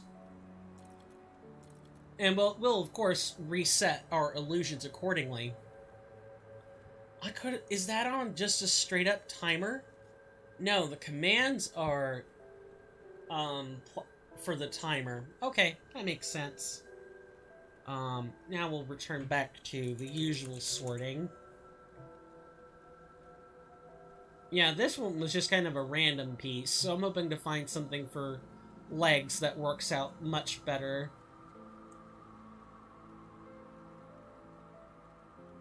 Just gotta read everything carefully. Well, this is as good as any, I guess. 15% damage, 9% to everything, but 15 to the stuff we actually care about. And we get extra electrocute damage and health on top of that. It's hard to turn stuff like that down. Next up, we already have a good pair of shoulders, so let's not go wasting them. We have cold damage for the hands. I'll have to look at her helmet as well. That definitely needs replacing. This is... Yep. Okay, we've got fire and cold. I think the best one's going to be like Harud's frigid grip, where we get like a ice spike on top of everything else. Yeah, because the Marauder's gloves are for a close quarters oriented Arcanist Demolitionist build. See, you can fuse those two masteries together, you just gotta know how to do it. Now, we're getting Harud's frigid grip. If it's Harud's frigid grip, I'm gonna be upset. And we'll need the Molten Walker. Well, we'll need to replace our feet. Whoops. I'm thinking instead of typing, which is just bad. Yeah, we don't have very many options for lightning damage on feet. This is where I would want to kind of replace that. Replace this with a different item. So let's do that. Except it's entirely on belts. Unfortunate. What about NCFF?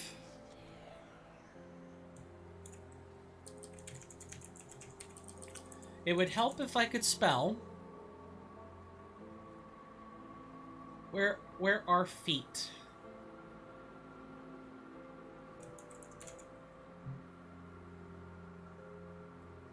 Unfortunate. I can see why we took the walkers.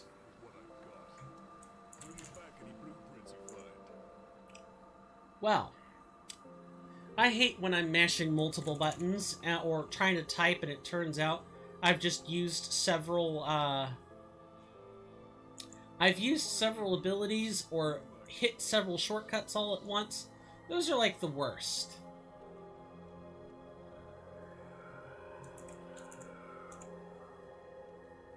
I guess let's just take let's take some assistance where we can get it, huh?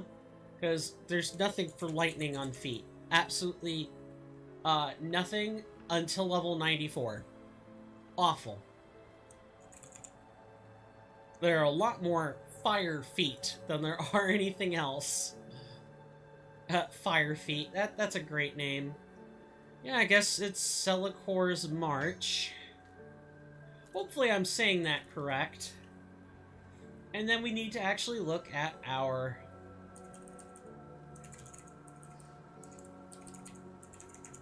We need to look at our metal and our neck to get something meaningful. Unfortunately, they don't sort it into medals, rings, and amulets. I wish they did. I really do wish they did, because if they would just do that, if this organizer were set for that, oh, this would be really easy. Instead, I gotta sift through and find, yeah, I gotta sift through and find, damage, lightning damage on stuff. Or I gotta settle for something else. Gems of Arcane Chill is a good one. Quickening Gem is a better one, and it does almost exactly what we want. Yeah, the Gems of Arcane Chill are set up better for offense, but Quickening Gem increases our energy regen, although we we lose some. And we lose offensive ability on top of that. Really weird. This is better for Inquisitors who don't care so much about energy regen.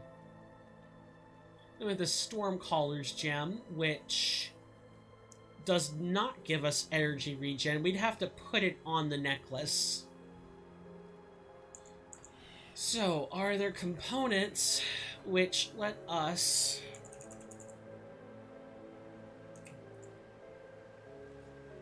energy leech?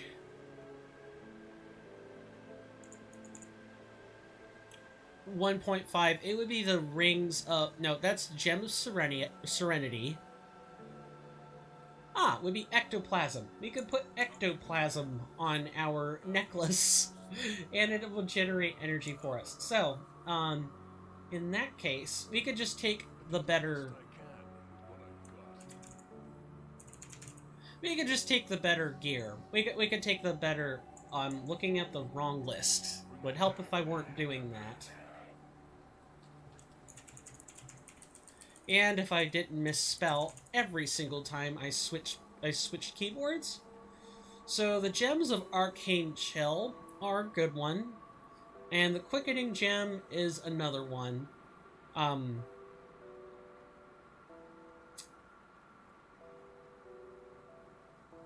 mean, we want something as close to level 30 as we can get.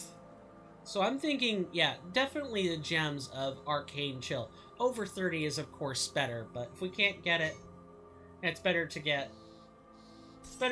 get half a loaf as opposed to no loaf.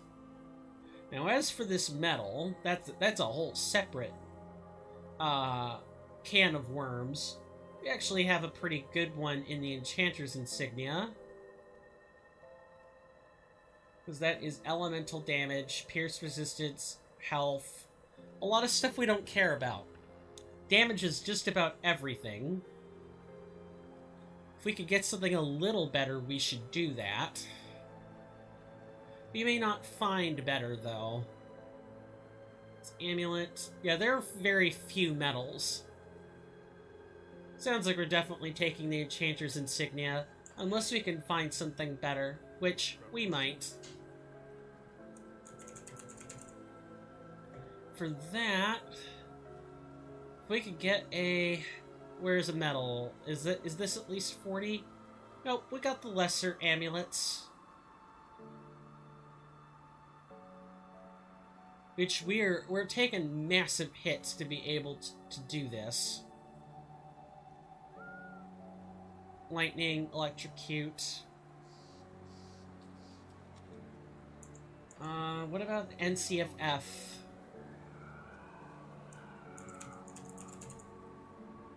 And we have something, but... Lightning, Spirit, Elemental Resistance. Interesting, but no, none of this works. None of this is good. We have to, try again. Bring me back any blueprints you find. Sorry, I'm just trying to read. And also entertain, which I'm not doing a very good job of. So I guess let me ask a question. In terms of these sorts of games, what would everyone say is their least favorite part? I think for me, it definitely has to be doing this. I mean, I like looking at gear, but at the same time, you can only do so much, and I like finding my gear organically, although that is not the best way to go about getting your gear. With Dawn of Masteries, you should make your gear. There's always good gear to make. As long as you don't, flub up the class combinations like I did.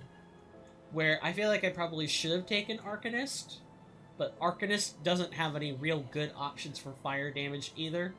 If I had gone for a lightning and cold build like I normally do, this would have been much easier. But because we've taken the more interesting class, like, mastery choices,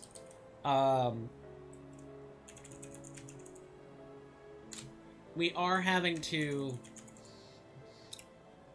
what am I trying to say? We are kind of having to get creative with what we wear. Yeah, I'm gonna take the Enchanter's Insignia. Even though it does not help us. Actually, can I get elemental damage? We might find something better. Well, that's just the amulet. This is the illusionist's mark. Oh, but that requires level 58. Never mind. Nope. Nope, nope, nope. It's 94. Of course those stats look good.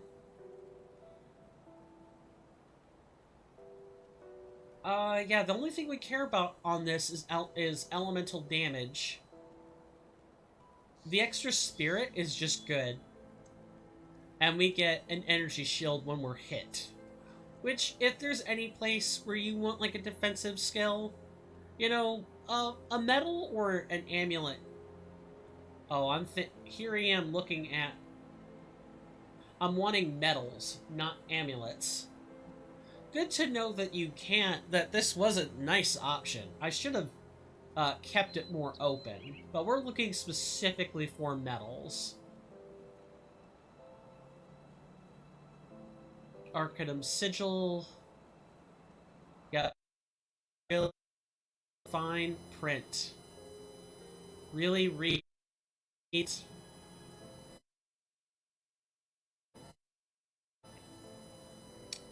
I mean, acid damage is meh. Don't care about it. The offensive ability, however, is good. Plus 20 offensive ability will work out way more for us than this other stuff we've got. And here we are. We have our stuff all sorted out, which is just fantastic. Let's... Whoops, I don't want to be selling blues. Just greens, please. And the rest we put back in here to be salvaged. And that really didn't cost us anything. Like at all. Also, we could put these in here. And that'll be useful for breakdown anyway. Too bad we couldn't get a better weapon. Like, a weapon is one of the things that really can hold you back in these kinds of games. Like, keep updating your weapon damage is super important. Even in World of Warcraft, where, like, you need a good amount of intellect for your spells. Like, if you're running off of any kind of caster build, your intellect is a super important stat. You want to update your weapons as much as possible, including the offhand with them, so that you have as much intellect as you can stand in. Why? Because the more intellect you have, the more spell power you have, or the more that your spells are scaled up with your intellect, the more damage you'll do, the more healing you'll do, all that fun stuff. Intellect is just great. So much so that you shouldn't really hold back on secondary stats either. You should always, always, always just upgrade your weapon. It's only when you get to a difference of about 16 item levels or so that you should be like, okay, now the intellect doesn't matter so much. The secondary stats matter a lot more. You know, don't focus so much on spell power because you have or intellect, because you're going to have about as much of it as you can stand in already. And any micro improvements are going to come from how many other stats you have.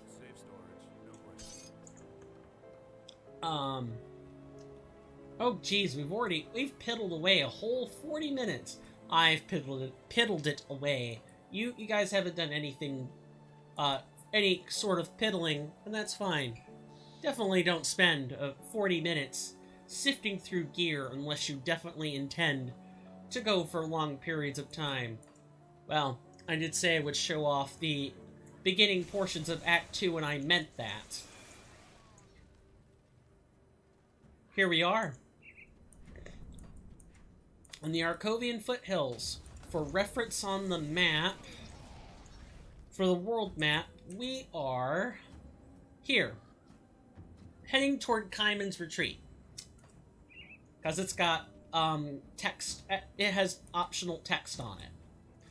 Or optional codex entries inside. So, you're probably wondering, well, who's the big bad now? Well, if you remember what, it's been a while. If you remember what, Morny, or Mornay, was telling us, you know, we have some despicable human beings that are part of Cronley's gang, who have Elsa kept captive. And our job is to put an end to Cronley's gang so that we can get access to some of the other settlements that are in Cairn. So that we could maybe, I don't know, pool our collective efforts together, get some food on the table, and not have people constantly starve day in and day out. Yeah, that sounds like a fine plan. It's only gonna take us greasing some wheels to make that happen. Yeah, that's more or less what we're doing. And Kaiman's Retreat is like a sidestep to that. Where Kaiman's Retreat will help us put into perspective some of the factions off to the side that are a critical part of the game, and you have to pick sides with them, by the way, but they are necessary for our survival. You'll pay for this. Darius wants this prison, and when he finds out what you've done, you'll wish I shanked you dead. Rest in peace, scumbag. Rest in frickin' pieces. Yeah, I have no sympathy for Cronley's gang. They're terrorists through and through.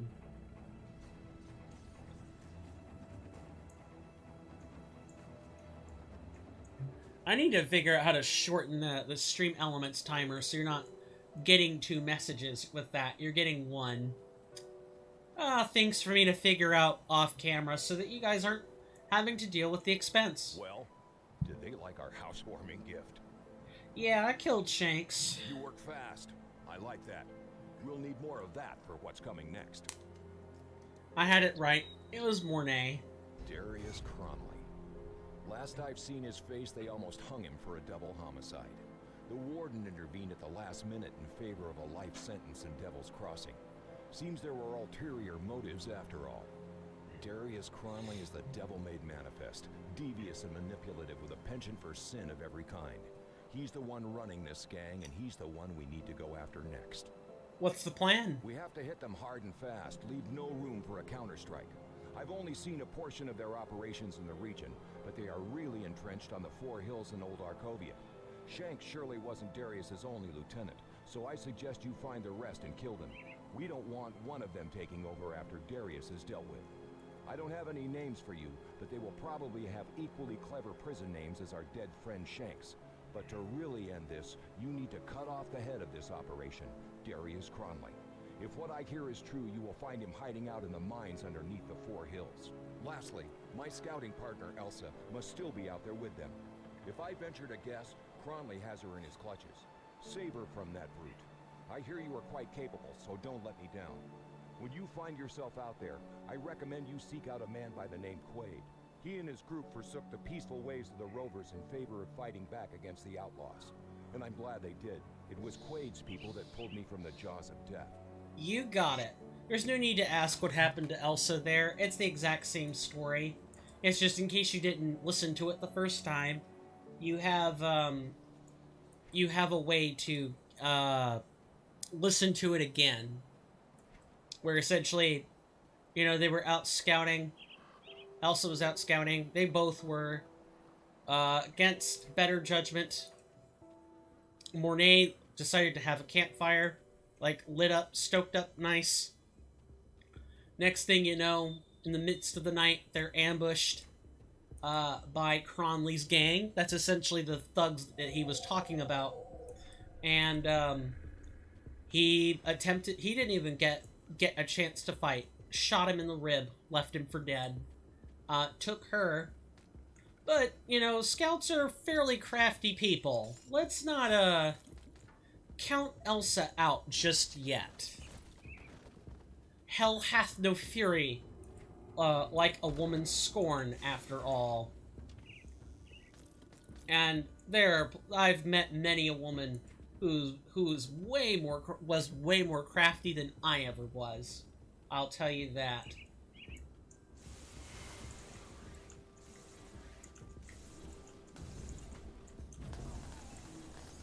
Nice, you set off all that and took all that damage. Beautiful stuff. Mwah. Chef's kiss. Perfect. For those who are... This is kind of the bottom of the hour now, so we should be wrapping up. What I'm gonna do... We've got about another 5 minutes. I want to try to get to Kaiman's retreat before it's all over. I want to outline our plan for next Friday, because things might get a little tenuous until I'm used to my college course load. But the plan next Friday is to continue working on footing it through the Arkovian foothills, so to speak, so they aren't just a footnote in our travel log. Haha. Yeah, here's Kaiman's retreat already. And hopefully we'll make it to the Rovers. That's Quaid's people, as Mornay already said. And the idea behind that is the Rovers are the next major faction we'll have to deal with. We won't spend as long with the Rovers as we do with the people in Devil's Crossing, but we will be able to find a way to garner enough reputation with them to start buying their recipes and stuff. As that's how we're going to get our fancier relics that we're going to need for our build. And I suppose we get to end off on a particularly good note as well. So first we're just going to kind of clear the grounds. I'm looking for very specific codex entry, for those who are wondering.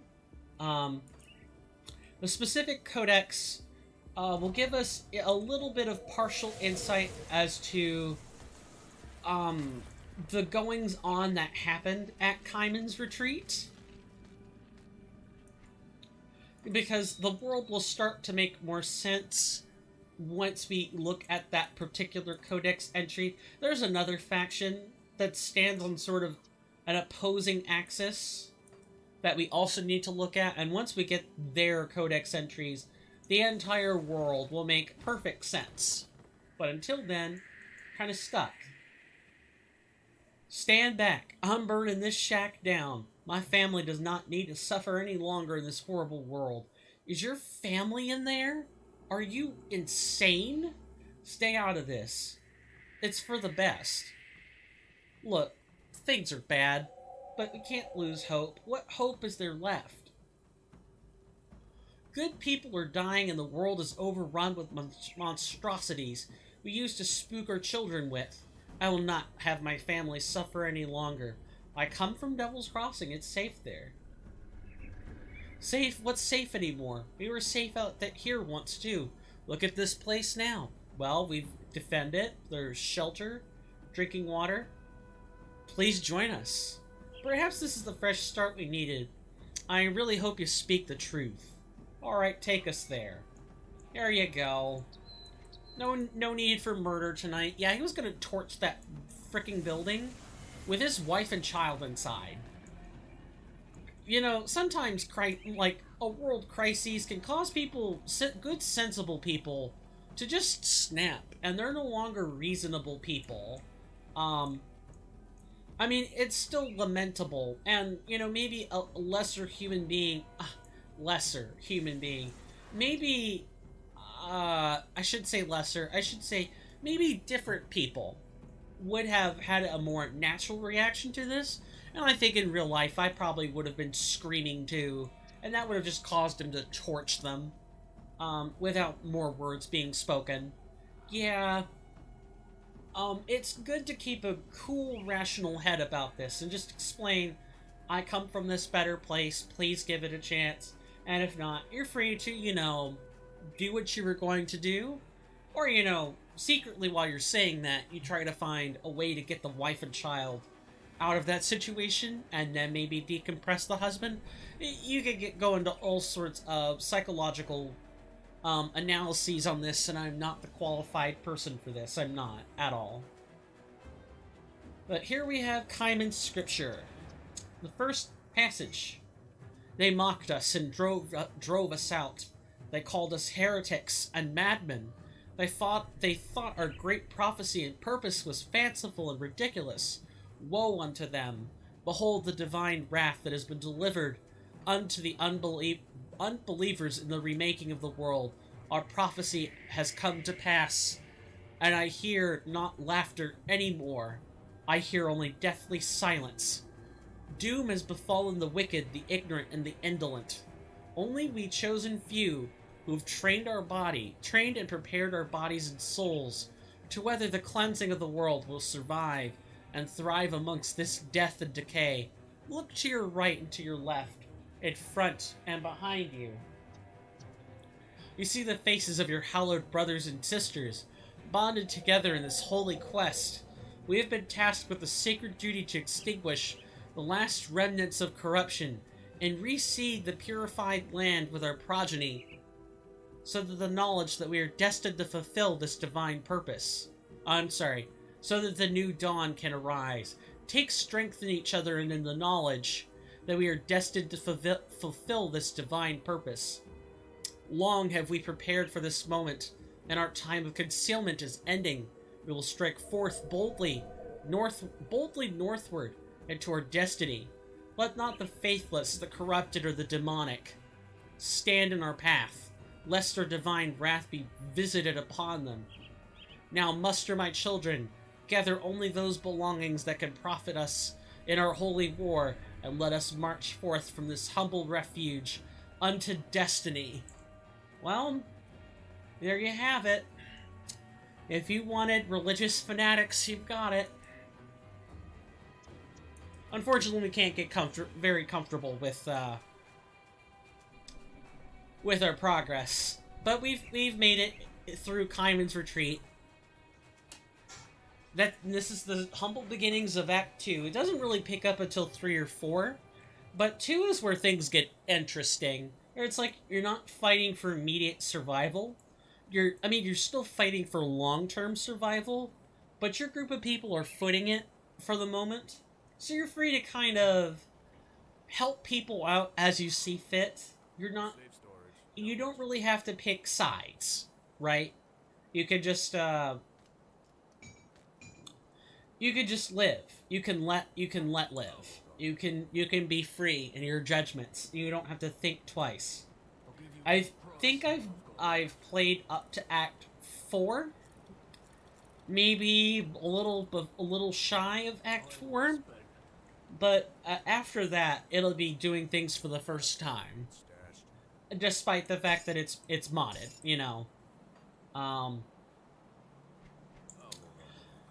But yeah, that is a good place to call it for today. Let's close out the evening by getting the fabric. Let me make sure I read this. I'm sorry if I insulted you earlier. Your origins were just a bit startling. I hear that you braved the dangers beyond Lower Crossing. I was wondering if you could help gather some materials. You see, I was a seamstress before the Grim Dawn. Nothing special, made just enough to get by, but now I see an opportunity to use my trade to make a difference around here. I would like to sew some new canopies and maybe some new clothes if there's enough fabric left. Alex and Jane deserve better than this. If you could please gather any fabric you find, the people here would be grateful. The waterfront in Burrwitch will be a good place to start looking.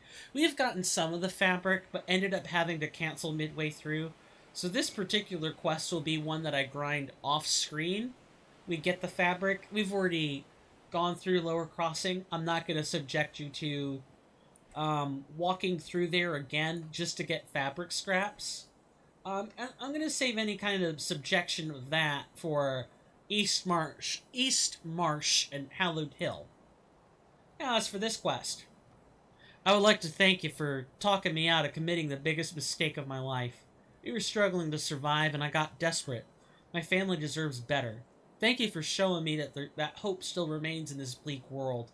I would like you to have this. It's a small token of our appreciation. I hope it serves you well. It's a Skinner family ring. That is getting sold immediately. Oh, I need a drink.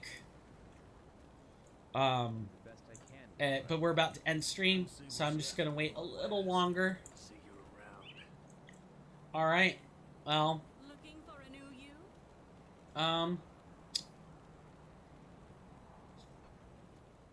let's change it up slightly.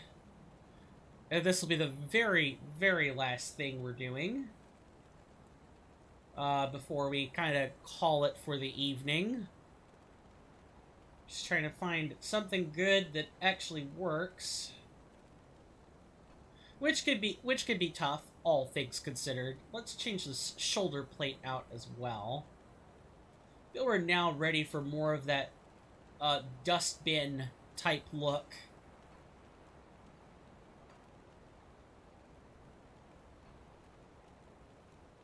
Adds a little to MMO-ish.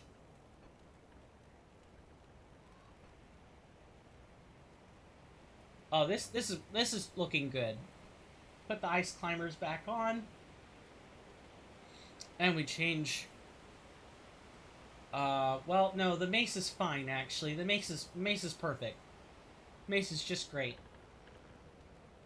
Maybe change that that crown though to something else, a little more reasonable. Think like a hat would probably work fine. Yeah, the hats are looking like a pretty good option. You look a little heavier, but also not quite as heavy at the same time. We don't look like an MMO character. We look like someone who actually sort of fits in with the environment. Alright, we're gonna end it there. Thank you guys so much for stopping by or hanging out in chat, even if it's just lurking. Lurking people make up the backbone of any good stream. Lurkers are always welcome. Apart from that, the next time you guys will see me is on Sunday, and it'll be over at Twitch, twitch.tv/coinstamp. I stream there every Wednesday and Sunday. Sunday will be some Elden Ring. We have a couple of patch updates we need to cover. One I haven't even posted on Twitter yet. And before you ask, no, I didn't author the mod. All of that will be covered on Sunday. Just give it some time. If you want to reach me, best place to do that is Twitter. I respond to DMs. Unless you're like a graphic artist or designer or something, then I respond to them if the offer is serious. Otherwise, sorry, I get a ton of requests for graphic art. I get a ton of people asking to do some for me. So I've had to really kind of tamp down on my responses to some of that. Other than that, I'm pretty much the best place to get me is on Twitter. I am working on releasing a Discord. It'll be ready soon, like within the next 2 weeks. I have most of the features implemented. I just need to get a darn pesky bot, which is probably the most expensive part of all of this. I'll see what kind of free options are out there that work. Other than that, yeah, if you want to financially support the stream, of course that's never required. Every donation goes towards the purchase of like mixing boards and stuff like. Okay, let me try that again now that we've reconnected. Financial support's never mandatory, but if you do feel so inclined, I have links to that stuff in the description. I have one for one form under the link tree, and I have another form of that in the coffee webpage. That's all set up. That's about as much as I'm gonna say. I think that's about as much shilling as I have earned. With that, thank you again, guys. Really appreciate it. I'll be back on Sunday on Twitch. Remember, on Twitch, twitch.tv/pointstamp. And with that, thank you guys so much for stopping by. My name is Coin, or Swirling Vortex, or Steven. You can take your pick of any of those three. And with that, this has been another Grim Dawn stream, and I'm looking forward to more of those in the future. See you guys around. Take care. Know that you're always welcome in my hallowed halls. And I will see you next time. Take care. And bye-bye.